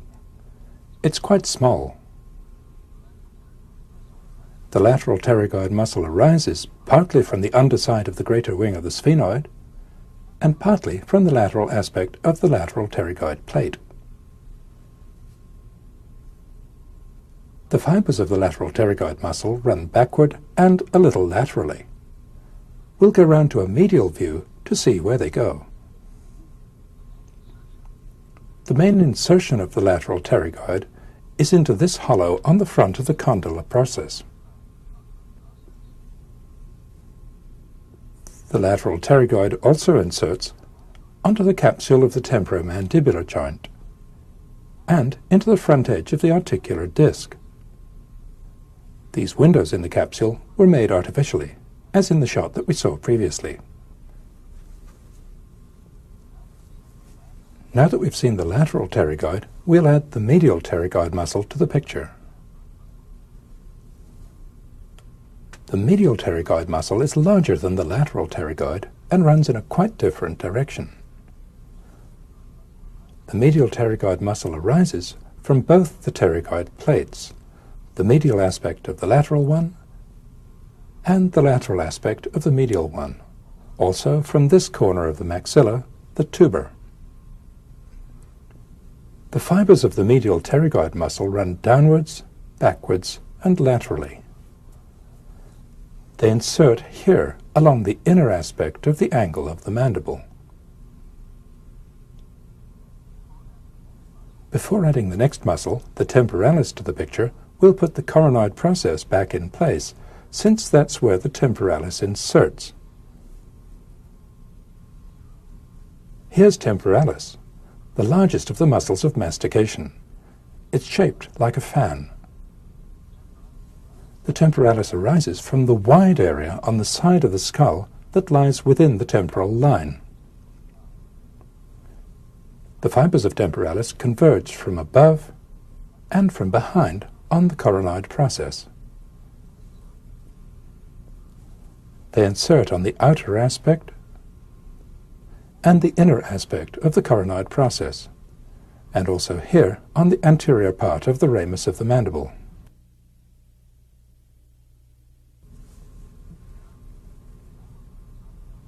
Now we'll put the zygomatic arch back into the picture. The temporalis muscle lies inside the zygomatic arch. Near its insertion, the temporalis is a thick muscle. It occupies the whole of the infratemporal fossa. The temporalis muscle is covered over by this dense layer of deep temporal fascia. The fascia is attached to bone along the zygomatic arch and all the way round the temporal line. Lastly, we'll add the masseter muscle to the picture. Here's the masseter. It's a thick, powerful muscle. The masseter arises from the anterior 2/3 of the lower border of the zygomatic arch on its outer aspect, and from the whole length of the arch on its inner aspect. The fibers of the masseter muscle that arise on the outside run downwards and backwards. Those on the inside run straight downwards. The masseter inserts into this wide area on the angle and ramus of the mandible. The masseter muscle on the outside and the medial pterygoid muscle on the inside converge on the angle of the mandible in very similar ways.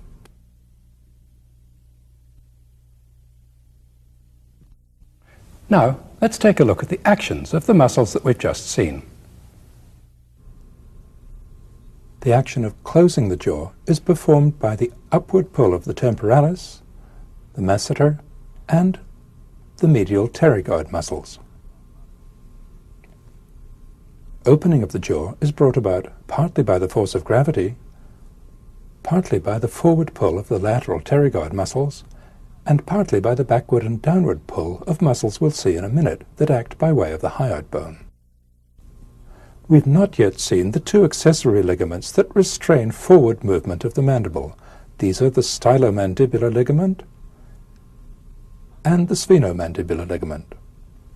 The stylomandibular ligament goes from the styloid process to the angle of the mandible. The sphenomandibular ligament goes from this small projection, the spine of the sphenoid, to the lingula. Now that we've looked at the mandible and the principal muscles that move it, we'll move on to look at a small but important bone that we haven't seen yet, the hyoid bone. The hyoid bone is a slender U-shaped bone. It's suspended just beneath the mandible. It isn't directly attached to any other bone. You can feel your own hyoid bone here, and you can move it from side to side. Together with its attached muscles, the hyoid bone has two important functions. It holds up the tongue, which sits above it, and it holds up the larynx, which hangs below it. It also transmits the force of muscles that help to open the jaw. Let's take a closer look at the hyoid bone. This broad central part is the body. Its forward-facing upper surface is convex, with facets for the attachment of numerous muscles that we'll see shortly. The backward-facing lower surface of the body is deeply concave. On each side, this long, slender part of the hyoid bone is the greater horn, or greater cornu. The greater horn is attached to the body by a small synovial joint, which gives it a little mobility. This small projection is the lesser horn, or lesser cornu. When the structures above and below it are at rest, the hyoid bone lies slightly below the lower border of the mandible. In the frontal plane, the body of the hyoid is about in line with the last molar tooth. From its resting position, the hyoid bone can be moved upwards and downwards, and forwards and backwards, by the muscles that are attached to it. Now we'll look at the muscles that hold the hyoid bone in place and cause it to move. There are 7 pairs of them. 2 that pull the hyoid bone upwards and forwards, 1 that pulls it upwards and backwards, 1 that pulls it upwards by means of a pulley, and 3 that pull it downwards. We'll start with the 2 that pull upwards and forwards, the mylohyoid and geniohyoid muscles. Here are the 2 mylohyoid muscles. Between them they form a continuous sling of muscle that forms the mobile floor of the oral cavity. The mylohyoid muscle arises from the mylohyoid line on the mandible. Most of its fibers pass downwards and medially, joining in the midline with the fibers from the opposite side, all the way from the symphysis of the mandible to the body of the hyoid bone. The more posterior fibers of the mylohyoid insert here on the body of the hyoid bone. The mylohyoid muscle has a free posterior border, which runs straight downwards when seen from the side, also a little inward when seen from behind. Now we'll add the 2 geniohyoid muscles to the picture. Here they are. They lie above the mylohyoid. On each side, the geniohyoid arises from the lower part of the mental spine. It inserts here, on the body of the hyoid bone. Now we'll bring the base of the skull into the picture and add the muscle that pulls upwards and backwards, the stylohyoid. Here's the stylohyoid. It's a long, slender muscle. Just above its insertion, there's an opening in the stylohyoid. The digastric muscle passes through this opening, as we'll see. The stylohyoid arises from the lateral aspect of the styloid process. It's inserted on the base of the greater horn of the hyoid bone. Next we'll add the digastric muscle to the picture. Here it is. The digastric muscle is unusual in that it has 2 bellies, an anterior and a posterior, that are connected in the middle by a tendon. The posterior belly of the digastric arises here, from the digastric notch on the underside of the temporal bone, and from the medial aspect of the mastoid process. The origins of the sternocleidomastoid and splenius muscles, which have been removed in this dissection, lie lateral to it. The posterior belly narrows to a tendon which passes between the 2 slips of the stylohyoid. The digastric tendon then passes through a sling of fibrous connective tissue by which it is tethered to the hyoid bone here. The tendon then broadens out into the anterior belly of the digastric, which runs almost straight forward beneath the mylohyoid. It's attached low down on the inner aspect of the body of the mandible, just lateral to the midline. Lastly, we'll take a brief look at the attachments of the 3 muscles that pull the hyoid bone downwards. They're the omohyoid, sternohyoid, and thyrohyoid muscles, known collectively as the infrahyoid muscles. Here's the body of the hyoid bone. Here's the upper end of the omohyoid muscle, which goes all the way down to the scapula. Medial to it is the sternohyoid muscle, which goes to the sternum. Behind these 2 is the short thyrohyoid muscle, which goes down to a structure we haven't seen yet, the thyroid cartilage. These muscles insert on the edge of the body of the hyoid bone, the thyrohyoid here, the omohyoid here, and the sternohyoid here. We'll see these 3 muscles more fully later in this tape. The infrahyoid muscles pull the hyoid bone downwards. Acting together with the digastric muscle, the infrahyoid muscles assist in opening the jaw. The actions of the other hyoid muscles that we've seen are evident from the direction of their fibers. Now that we've seen the hyoid bone and the muscles that hold it in place and move it, we'll move on to look at the tongue. The shape of the mobile anterior part of the tongue is familiar to us from everyday encounters. What's perhaps surprising is how much of the tongue we don't see from in front. The tongue goes a long way back and a long way down. To understand the overall shape of the tongue, let's look at a specimen that's been divided in the midline. All this is the tongue, right back to here. The tongue consists almost entirely of muscle, covered by specialized mucous membrane. The freely mobile anterior part of the tongue almost fills the oral cavity. The massive posterior part of the tongue, which is much less mobile, faces backwards into the oropharynx. This structure below and behind the back of the tongue is the epiglottis. We'll see it in the next section. To get a look at the intact tongue, we'll look at a specimen consisting of just the tongue, the mandible, and the hyoid bone. Here's the mylohyoid muscle. The body of the hyoid bone is here. Here's the greater horn. We'll look at the outside of the tongue first. The tongue is covered with mucous membrane on top, on the sides, and also here in front on the underside. The mucous membrane of the tongue is continuous with the mucous membrane that covers the floor of the mouth and the alveolar process. There's a deep valley between the alveolar process and the side of the tongue. This projecting fold in the midline is the frenum. On either side of it, the submandibular ducts open, as we'll see later.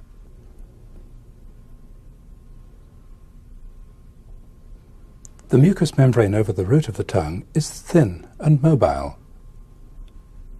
Over the sides and the upper surface, the mucous membrane is thick, firmly attached to the underlying muscle, and covered by projections, called papillae. The largest of these, the valleculate papillae, are in a row back here. This shallow pit in the midline is the foramen caecum.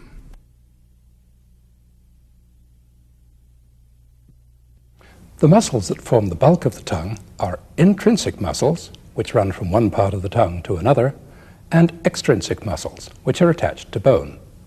There are 3 extrinsic muscles on each side. Of these, the 2 largest, which we'll see now, are hyoglossus and genioglossus. The other one, styloglossus, we'll see later. To get a view of the major extrinsic muscles, we'll divide the mandible along this line and remove the ramus and the alveolar process. We'll also remove all of the mucous membrane from this line downwards. Here are the hyoglossus and genioglossus muscles, which together form the root of the tongue. To see the full extent of genioglossus, we'll remove hyoglossus for a moment.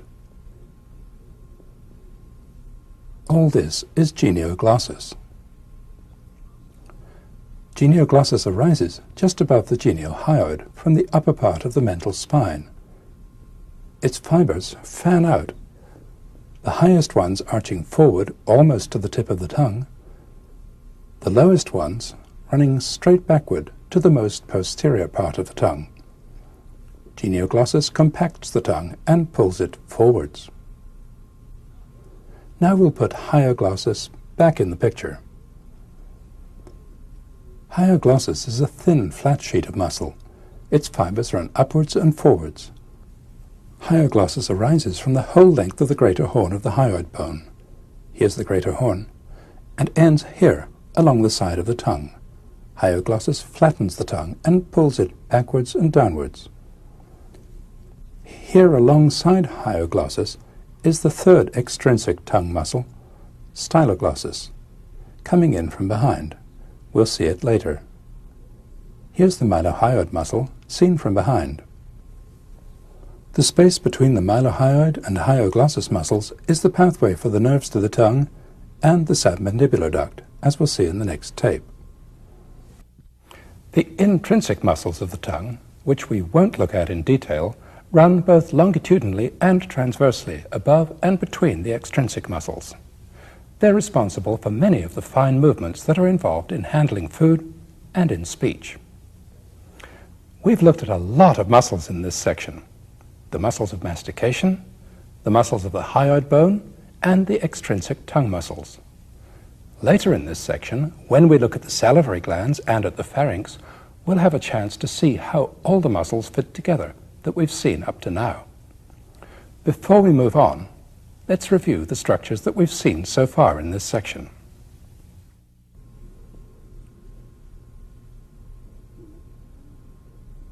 Here's the ramus of the mandible.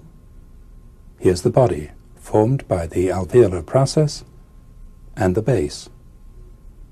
Here's the angle, the condyle, the neck, the coronoid process, and the mandibular notch. Here are the symphysis, the mental protuberance, the buttress, the mandibular foramen, the lingula, the mylohyoid line, the submandibular fossa, and the mental spine. Here's the temporomandibular joint, the articular disc, the stylomandibular ligament, and the sphenomandibular ligament.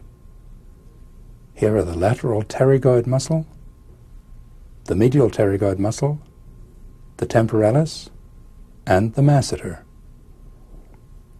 On the hyoid bone, here's the body, the greater horn, and the lesser horn. Here are the mylohyoid muscles, the geniohyoid, the stylohyoid, the digastric, the omohyoid, sternohyoid, and the thyrohyoid. Here's the genioglossus muscle, and here's the hyoglossus.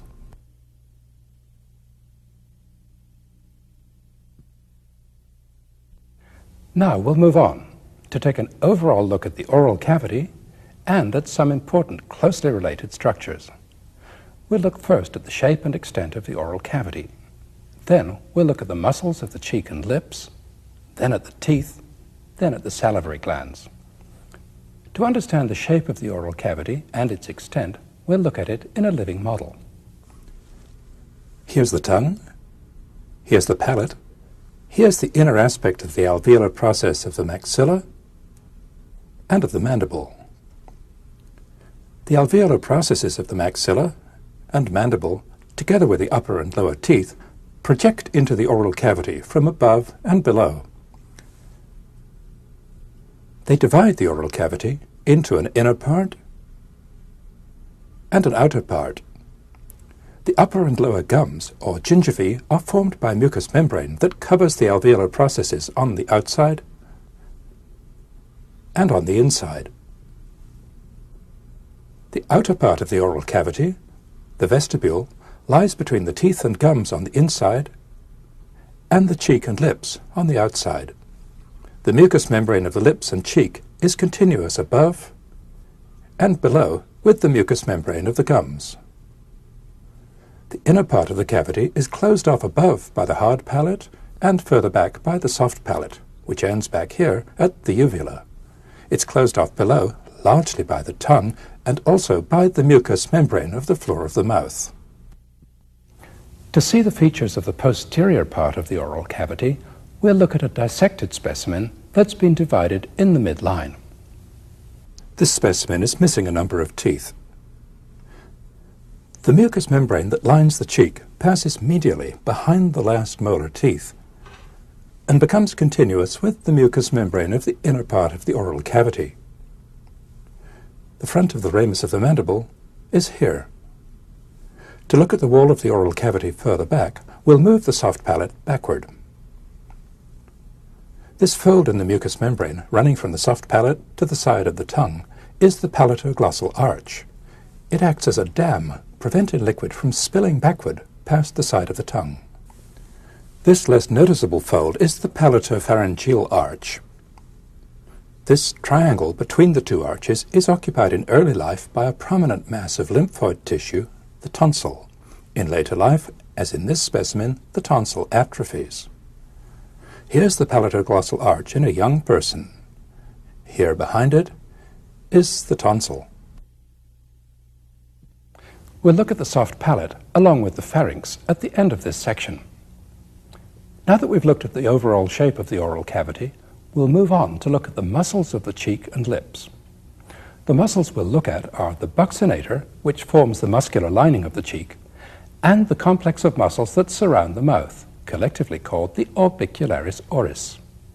Before looking at these muscles, we need to get acquainted with a ligamentous structure that the posterior fibers of the buccinator are attached to, the pterygomandibular band, also called the pterygomandibular raphe. The pterygomandibular band, represented by this piece of material, passes from the pterygoid hamulus to the posterior end of the mylohyoid line. Two muscles arise from it, the buccinator in front and the superior constrictor of the pharynx behind. The pterygomandibular band can stretch to accommodate jaw movement. Now, to see the muscles of the cheek and lips, we'll look at a dissection in which the skin and subcutaneous fat have been removed from the lower part of the face.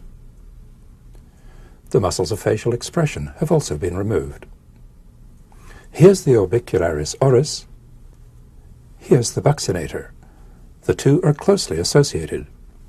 We'll look at the buccinator first. Here it's partly hidden by the masseter muscle, which we'll remove. The buccinator is a thin pouch of muscle that closely follows the contours of the mucous membrane of the vestibule. It has a long line of origin. The buccinator arises from the maxilla and from the mandible along these lines. Above, the line of attachment curls round behind the tuber of the maxilla. Below, it curls round onto the buttress of the mandible. Between these 2 points, the most posterior fibers of the buccinator arise from the pterygomandibular band. The buccinator muscle passes forward and divides at the corner of the mouth. Its fibers continue forwards to become the deepest part of the orbicularis oris. The orbicularis oris muscle complex surrounds the opening of the mouth. It consists partly of intrinsic fibers, but it's formed mainly by the fibers of other muscles, on the deep aspect by the continuing fibers of the buccinator, and on a more superficial level by these muscles of facial expression. We'll take a good look at them in the last section of this tape. The action of the orbicularis muscle is to press the lips together, closing the mouth. The action of the buccinator is to prevent the cheek from distending when we raise our intraoral pressure. When we let the buccinators relax, this happens. Now that we've looked at the muscles of the cheek and lips, we'll move on to look at the teeth. These are the lower teeth of a young adult. In the full dentition, there are 16 teeth above and 16 below, 32 in all. In each quadrant, there are 2 incisors, 1 canine, 2 premolars, and 3 molars. This individual's 3rd molars have been removed. The incisor teeth are flat and chisel-shaped.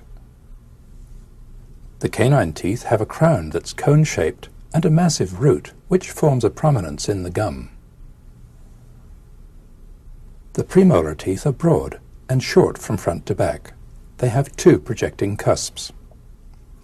The molars are longer from front to back than the premolars and have from 3 to 5 cusps.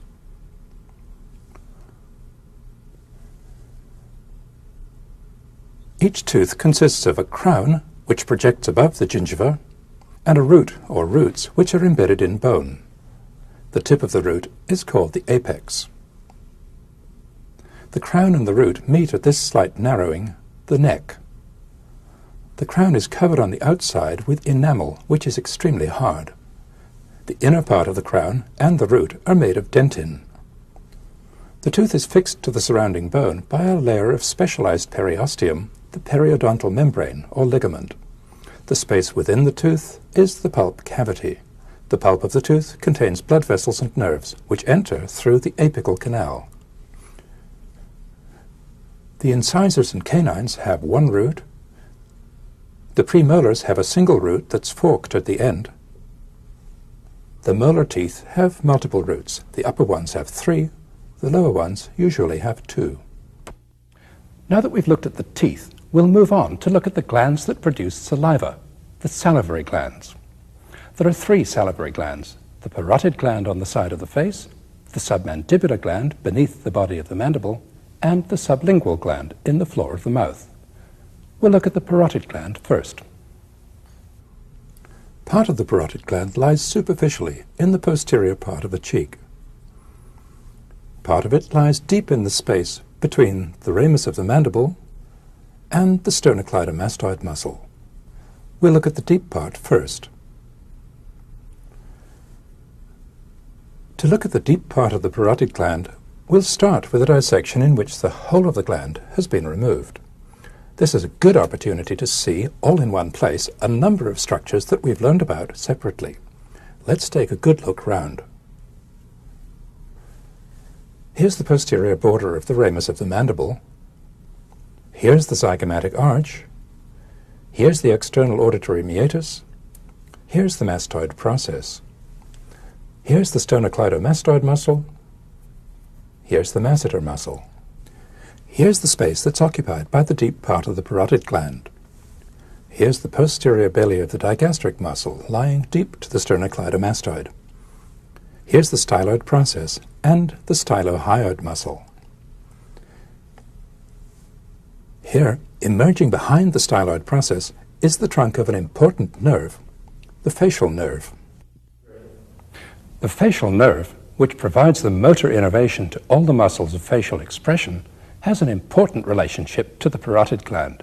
It runs right through it, dividing into several branches as it does so. Now that we've seen the space that's occupied by the deep part of the parotid gland, we'll add the deep part of the gland to the picture. Here's the cut surface of the parotid gland. Again, here are the sternocleidomastoid muscle, the masseter, and the ramus of the mandible. Before we add the superficial part of the parotid gland, we'll add the facial nerve to the picture. Here's the trunk of the facial nerve, entering the parotid gland from behind. The branches of the facial nerve fan out, upwards, forwards, and downwards. We'll take a more complete look at the facial nerve in the next tape in the series. Here, we're concerned only with its relationship to the parotid gland. Now we'll add the superficial part of the gland to the picture. Here it is. The superficial part of the parotid gland covers the posterior part of the masseter muscle. Its extent varies. It usually extends up as far as the zygomatic arch and down to the angle of the mandible. It can also overlap the anterior border of the sternocleidomastoid muscle. The saliva that's secreted by the parotid gland passes into the parotid duct, which emerges from the anterior border of the gland and passes forward around the anterior border of the masseter. The parotid duct enters the oral cavity by passing through the buccinator muscle and through the underlying mucous membrane at about the level of the second upper molar tooth. Next, we'll look at the submandibular gland. The submandibular gland lies under the posterior part of the body of the mandible. We'll start by looking at a dissection in which the gland has been removed. Again, we'll take the opportunity to review the bony and muscular anatomy. Here's the body of the mandible. Here's the body of the hyoid bone. Here's the anterior belly of the digastric. Here's the digastric tendon passing through the stylohyoid muscle. Here's the mylohyoid muscle. Here's the styloglossus. Here, deep to the digastric, is the hyoglossus muscle. Now we'll add the submandibular gland to the picture. Here it is. The submandibular gland curls around behind the free border of the mylohyoid muscle, so that it has a superficial part, which we can see here, and a deep part. To see the deep part, we'll remove the superficial part. Here's the cut edge of the deep part of the submandibular gland, between the mylohyoid and styloglossus muscles. It extends forward to about here. The saliva that's produced by the submandibular gland passes into the submandibular duct, which runs forwards in the floor of the mouth. To see the duct, and also to see the third salivary gland, the sublingual gland, we'll look at a specimen consisting of the mandible, the tongue, and the floor of the mouth. We'll remove the alveolar process, and we'll remove the mucous membrane. Here, just beneath the mucous membrane, is the sublingual gland, which we'll see in a moment. For now, we'll remove it too, to see the submandibular duct. The submandibular duct runs forward in the floor of the mouth, alongside the base of the tongue. It ends here, just beside the frenum. To see where it starts, we'll go round to the back. Here's the submandibular duct. Here's the submandibular gland. The duct passes forward in the interval between the mylohyoid muscle and the muscles of the side of the tongue, the hyo and styloglossus muscles. Now, we'll go round to the front again and put the sublingual gland back in the picture. The sublingual gland is thin, flat, and somewhat diffuse. It lies alongside the base of the tongue, just lateral to the genioglossus muscle. The saliva formed by the sublingual gland enters the oral cavity by way of several very small openings in the mucous membrane of the floor of the mouth.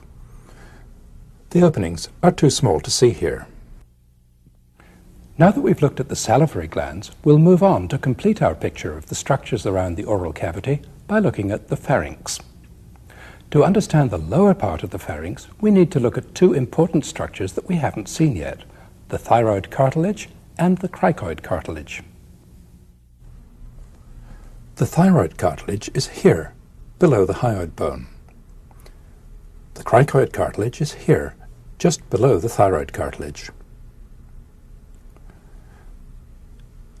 Here are the thyroid cartilage and the cricoid cartilage together.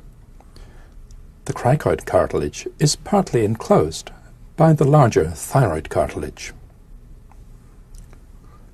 We'll look at the thyroid cartilage first.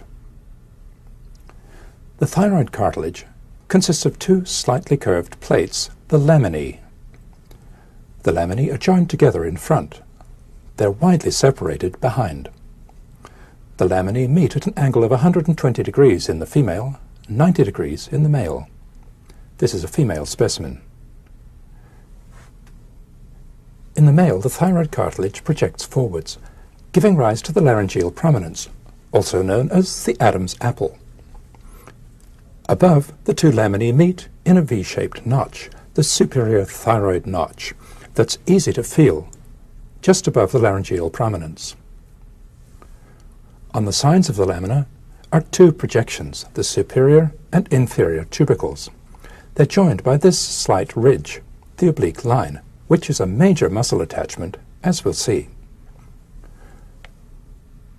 The posterior border of each lamina is prolonged upward and downward to form two projections, the superior horn and the inferior horn.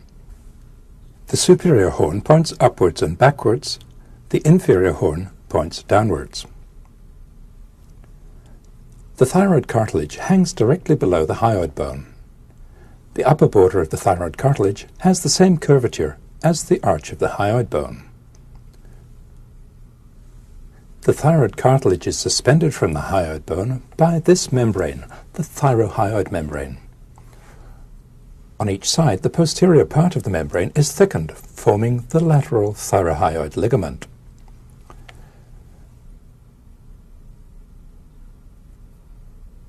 The inferior horn of the thyroid cartilage articulates with the cricoid cartilage at the cricothyroid joint. Unlike the thyroid cartilage, which is open at the back, the cricoid cartilage forms a complete ring. Let's look at the cricoid cartilage by itself. It's much taller behind than in front.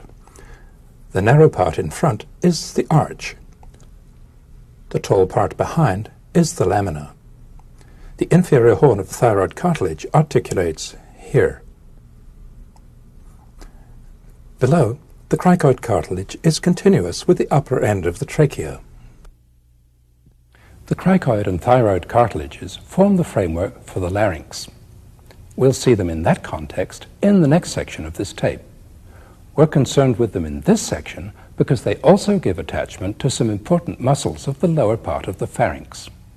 Now that we've seen them, let's look at the pharynx. To get a view of the pharynx from the side, we'll start with a dissection in which all the neck muscles are present. The only parts of the pharynx we can see are here and here.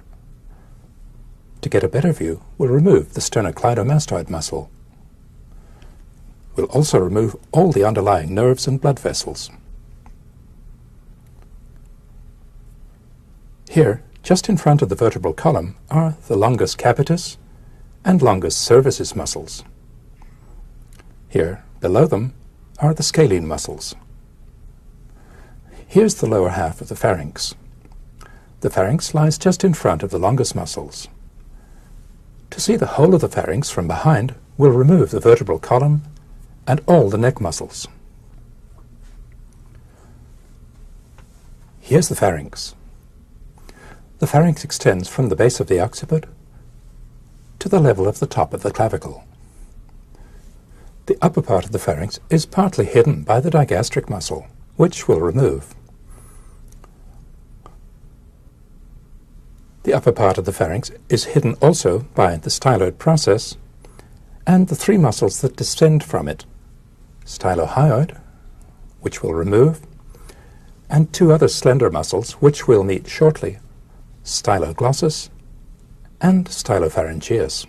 For now, we'll remove them too, along with the styloid process. Now we can finally get a clear view of the whole of the pharynx. Here above the pharynx is the base of the occiput. These are the occipital condyles. Here's the medial pterygoid muscle, sloping downwards from the medial pterygoid plate, which is here. The wall of the pharynx is formed by an almost continuous layer of muscle, lined by mucous membrane. The muscular layer consists of three sheets of muscle, the constrictor muscles, superior, middle, and inferior. These overlap behind, the one above inside the one below. Here's the inferior constrictor. Here's the middle constrictor. Here's the superior constrictor. The superior constrictor is very thin. Its fibers arise from the lower part of the medial pterygoid plate, the hamulus, and the pterygomandibular band, and also from the side of the tongue. The superior constrictor has a free upper border. Above this, the wall of the pharynx is formed by this layer of fascia, the pharyngobasilar fascia. The highest fibers of the superior constrictor insert on the base of the occipital bone.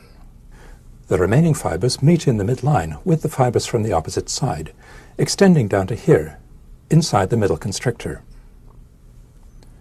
Here's the middle constrictor. It's a thicker muscle.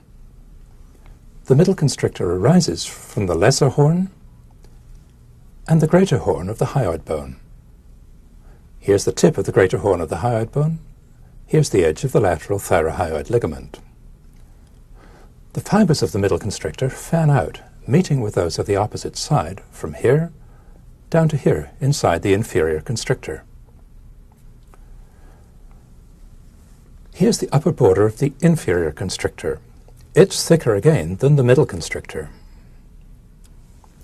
The inferior constrictor arises from just behind the oblique line on the thyroid cartilage, and also from the side of the cricoid cartilage. Its fibers fan out, meeting with the fibers from the other side, all the way from here down to here. The lower end of the inferior constrictor muscle is continuous with the muscular coat of the esophagus. The lowest part of the inferior constrictor, which is functionally separate from the rest of the muscle, is referred to as the cricopharyngeus muscle. It forms a sphincter round the upper end of the esophagus. To complete our picture of the upper part of the pharynx, we'll put the styloid process back, along with 2 of its 3 muscles. The longer one is styloglossus, the shorter one is stylopharyngeus. Stylopharyngeus runs down outside the superior constrictor and passes into the wall of the pharynx between the superior and middle constrictors. Styloglossus passes downwards and forwards alongside the superior constrictor and enters the posterior part of the tongue, joining with hyoglossus.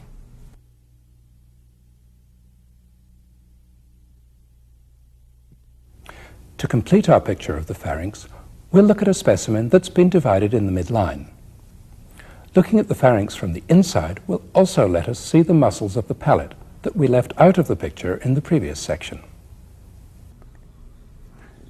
Here's the pharynx. Throughout its length, the back wall of the pharynx lies just in front of the vertebral bodies and the longus muscles, with a layer of loose fascia in between that permits movement. The pharynx opens forwards into the nasal cavity, the oral cavity, and the larynx. Up here it opens laterally into the auditory tube, as we've seen. Down here it opens downward into the esophagus. The pharynx is often described in 3 parts: the nasopharynx, which we've looked at already, the oropharynx, and the hypopharynx, also sometimes called the laryngopharynx. The muscles of the palate that we haven't seen yet lie directly beneath the mucosa, which we'll remove. Here's palatoglossus. It arises here from the palatal aponeurosis and passes downwards and forwards to insert on the side of the tongue. Palatoglossus pulls the soft palate downward and forward. Here's palatopharyngeus. It arises partly from the edge of the hard palate, partly from the palatal aponeurosis. Palatopharyngeus passes downwards and backwards to blend with an almost continuous layer of longitudinal muscle that lines the lower part of the pharynx. The lowest fibers of palatopharyngeus insert here on the posterior border of the thyroid cartilage.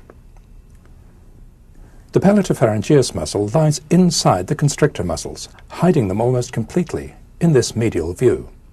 From here, we see only the upper part of the superior constrictor. We'll take a closer look at it. Here's the upper free border of the superior constrictor muscle.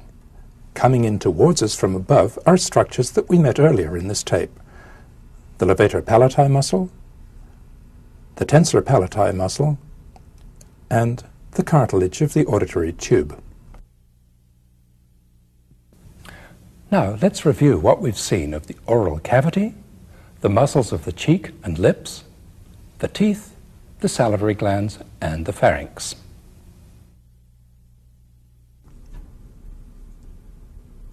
Here are the gingivae,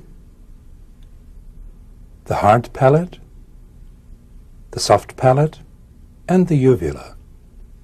Here are the palatoglossal arch and the palatopharyngeal arch. Here's the tonsil. Here's the pterygomandibular band, the buccinator muscle, and the orbicularis oris muscle. Here are the teeth, the incisors, the canine, the premolars, and the molars. Here's the crown of the tooth, the root, and the apex. Here's the neck, here's the pulp cavity, here's the apical canal, and the periodontal membrane. Here's the parotid gland, and the parotid duct. Here's the submandibular gland, and its duct. Here's the sublingual gland. Here's the thyroid cartilage. Here's the cricoid cartilage. Here are the superior constrictor, the middle constrictor, and the inferior constrictor. Here's styloglossus and stylopharyngeus. Here's palatoglossus and palatopharyngeus.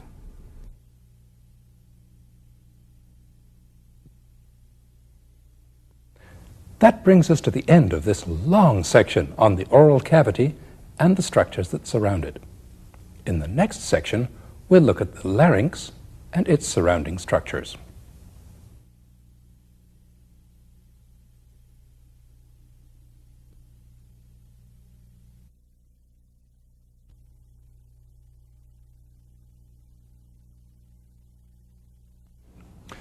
The larynx controls the passage of air into and out of the trachea. The muscles of the larynx can both open and close the airway.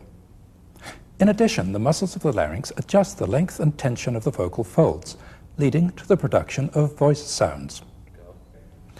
We'll start by seeing where the larynx is and what it looks like from behind and from above. Next, we'll look at the cartilages of the larynx and the vocal ligaments. Then we'll look at the muscles and the movements they produce. At the end of this section, we'll also see the infrahyoid muscles that are in front of the larynx and the thyroid gland that's just below it.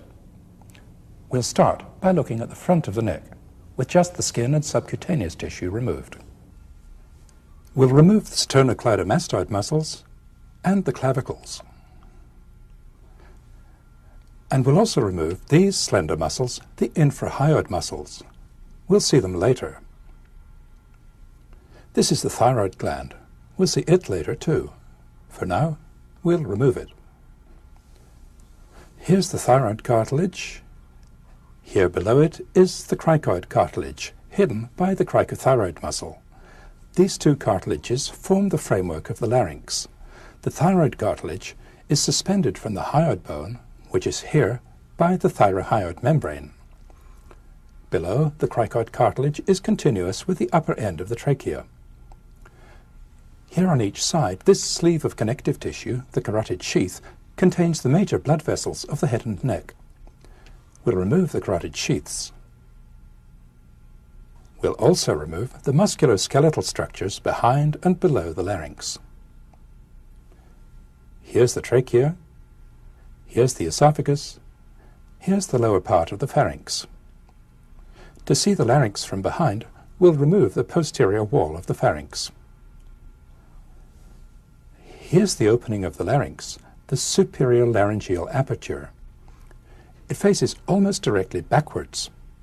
The opening is formed in front by the epiglottic cartilage, on each side by this fold of soft tissue, the aryepiglottic fold, and behind by two important structures that we'll meet in a minute, the arytenoid cartilages. The space that's lateral to the aryepiglottic fold is the piriform recess. Here in front of the epiglottis is the back of the tongue. The space between the tongue and the epiglottis is the vallecula.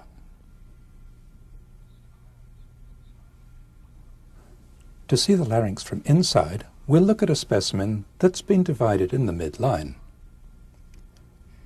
Here's the epiglottis. Here's the aryepiglottic fold.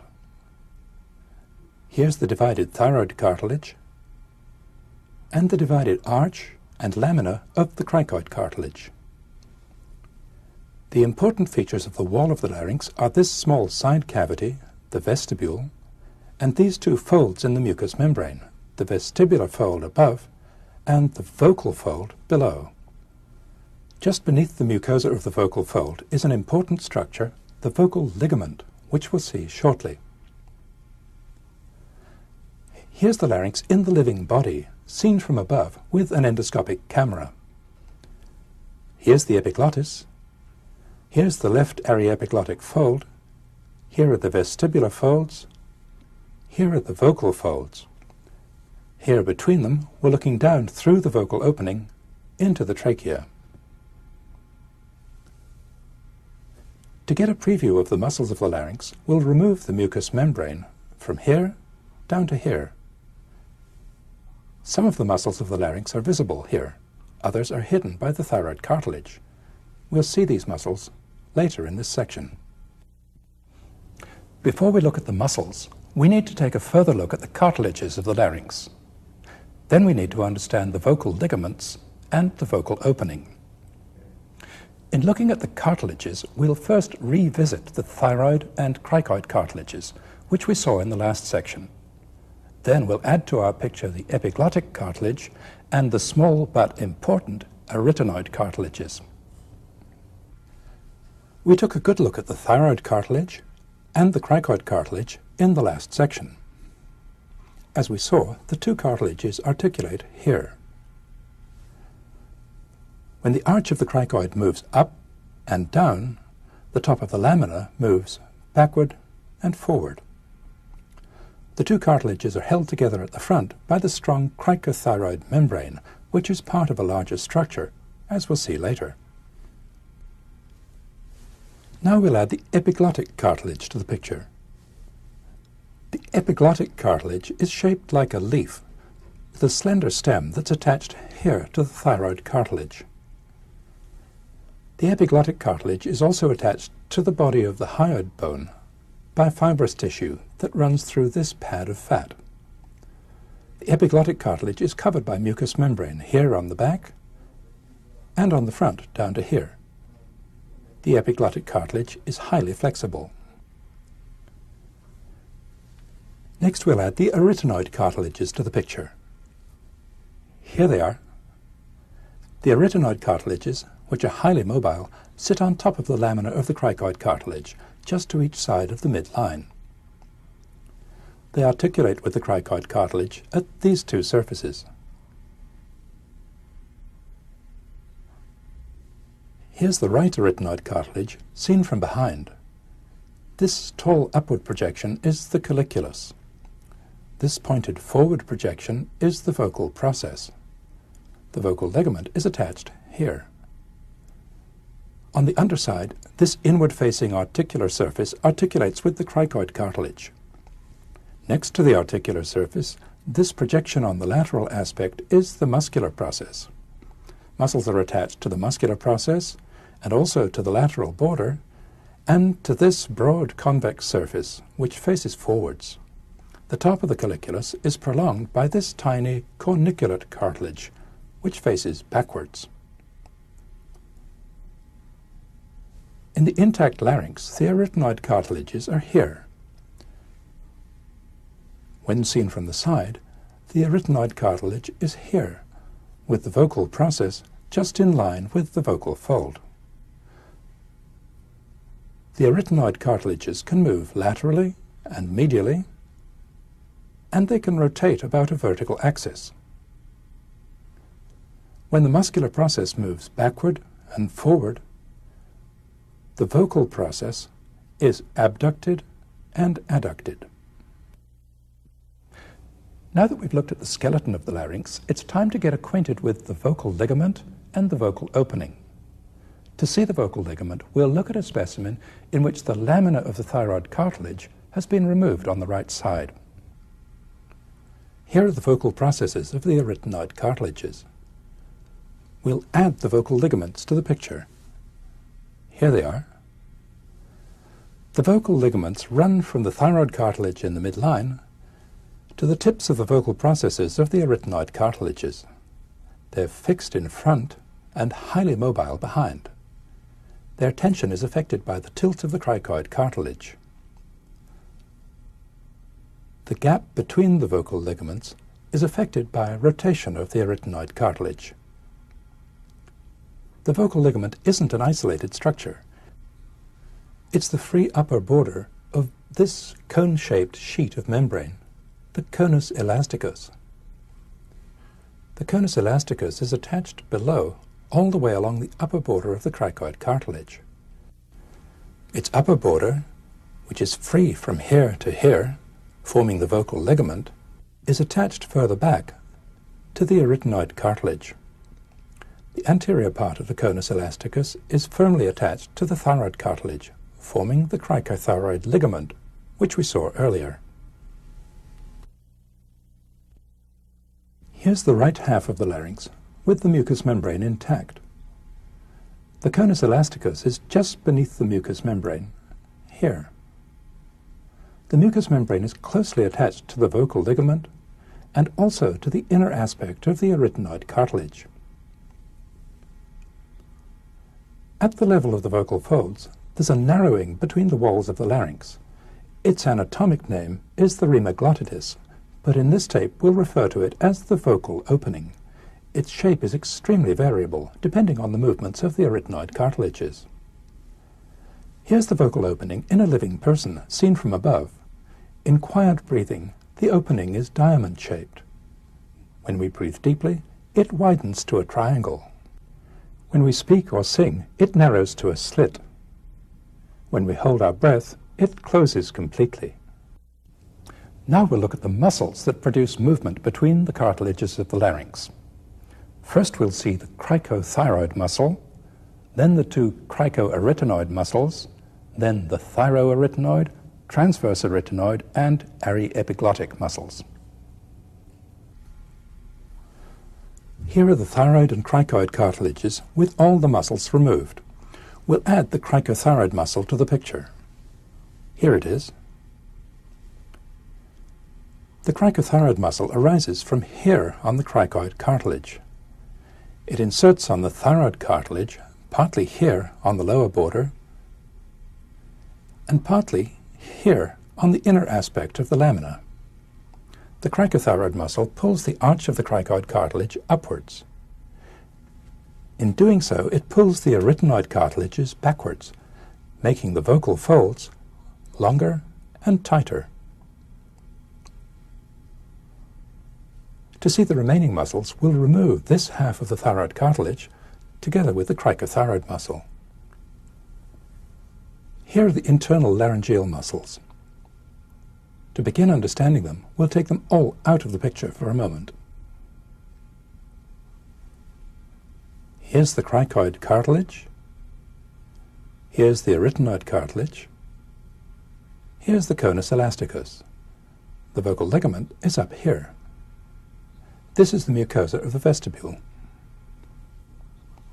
The first muscles to add are the two cricoarytenoid muscles. Here's the posterior one. Here's the lateral one. They both converge on the muscular process of the arytenoid cartilage. The posterior cricoarytenoid muscle arises from here on the back of the lamina of the cricoid cartilage. The lateral cricoarytenoid muscle arises from the upper border of the cricoid cartilage. The posterior cricoarytenoid pulls the muscular process backwards. This rotates the arytenoid cartilage, thus widening the vocal opening. The lateral cricoarytenoid pulls the arytenoid cartilage forwards and laterally, producing a maximal widening of the back of the vocal opening. The cricoarytenoid muscles act to widen the vocal aperture in two different ways. The next two muscles that we'll see, the thyroarytenoid and transverse arytenoid muscles, act to shorten and narrow the vocal opening. We'll add the thyroarytenoid muscle to the picture first. Here it is. The thyroarytenoid muscle arises from here on the inner aspect of the thyroid cartilage. It inserts here in front of the lateral border of the arytenoid cartilage. Next we'll add the transverse arytenoid muscle. Here it is. The transverse arytenoid muscle, also called the arytenoideus, is a sheet of muscle that bridges the gap between the posterior surfaces of the two arytenoid cartilages. Let's see how these two muscles work. Contraction of the thyroarytenoid muscle rotates the arytenoid cartilage inward and pulls it forward, along with the cricoid cartilage. This action slackens the vocal ligaments and shortens the vocal opening from front to back. Contraction of the transverse arytenoid muscle brings the two arytenoid cartilages closer together, thus closing the posterior part of the vocal opening. The sphincter action of the last two muscles is augmented by a pair of slender muscles that pass upwards toward the epiglottis, the aryepiglottic muscles. These begin behind the transverse arytenoid muscle, cross the midline, and extend upward and forward a little below the aryepiglottic fold. Acting together, the thyroarytenoid, transverse arytenoid, and aryepiglottic muscles act as a sphincter that can completely close the larynx. We close our larynx every time we swallow, cough, and hold our breath. The most medial part of the thyroarytenoid muscle, which is attached to the vocal ligament, has a special function. It's known as the vocalis muscle. It makes fine adjustments to the tension of the vocal ligament. We'll end this section on the larynx by looking at the structures that are close to it in front and below, the infrahyoid muscles and the thyroid gland. In addition, we'll see the parathyroid glands. Here again are the thyroid cartilage, the cricoid cartilage, and the trachea. These are the rings of cartilage which reinforce the wall of the trachea. We'll add the carotid sheaths to the picture. Here, just on each side of the trachea, are 2 of the 4 parathyroid glands. They're recognizable by their brownish color. The other 2 parathyroid glands are further down. Next we'll add the thyroid gland to the picture. Here it is. This is the left lobe of the thyroid gland. This is the right lobe. The 2 lobes are connected across the midline by the isthmus. The top of each lobe of the thyroid gland is level with the lower border of the thyroid cartilage. The top of the isthmus is about level with the 3rd ring of the trachea. Now we'll add the 4 infrahyoid muscles to the picture, starting with the 2 deepest ones, the thyrohyoid and the sternothyroid muscles. In effect, they're one continuous muscle. The thyrohyoid arises from the back of the body of the hyoid bone and inserts on the oblique line of the thyroid cartilage. The sternothyroid arises from the same oblique line and passes down behind the upper end of the sternum. It inserts on the back of the sternum down here. Now we'll add the other 2 infrahyoid muscles to the picture, the omohyoid and the sternohyoid. The omohyoid muscle arises here, the sternohyoid here on the body of the hyoid bone. The sternohyoid runs straight downwards close to the midline and inserts on the back of the sternum here. The omohyoid muscle runs downwards, laterally, and backwards. It lies in front of the carotid sheath and the brachial plexus, which is under here. The omohyoid muscle passes beneath the trapezius muscle to insert on the upper border of the scapula. Finally, we'll return the clavicles and the sternocleidomastoid muscles to the picture. In looking at the intact neck, it's useful to remember that when the neck isn't extended, the bottom of the cricoid cartilage may be no higher than the top of the clavicle. Now, let's review what we've seen of the larynx and its surroundings.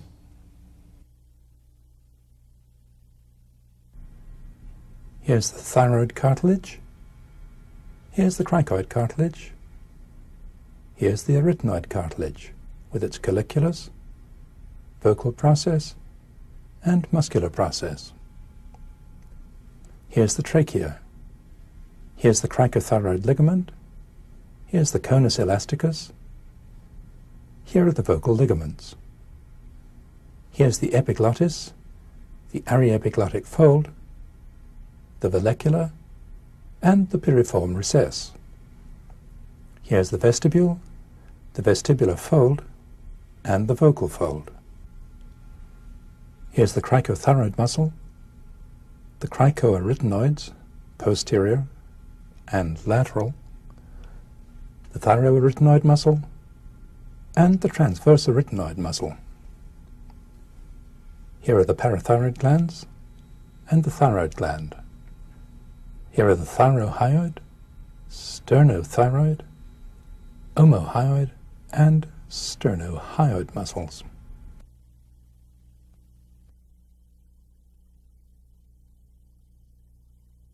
That brings us to the end of this tape, the Head and Neck Part 1. In the next tape, we'll look at the face, the brain, the blood vessels and nerves of the head and neck, the eye, and the ear.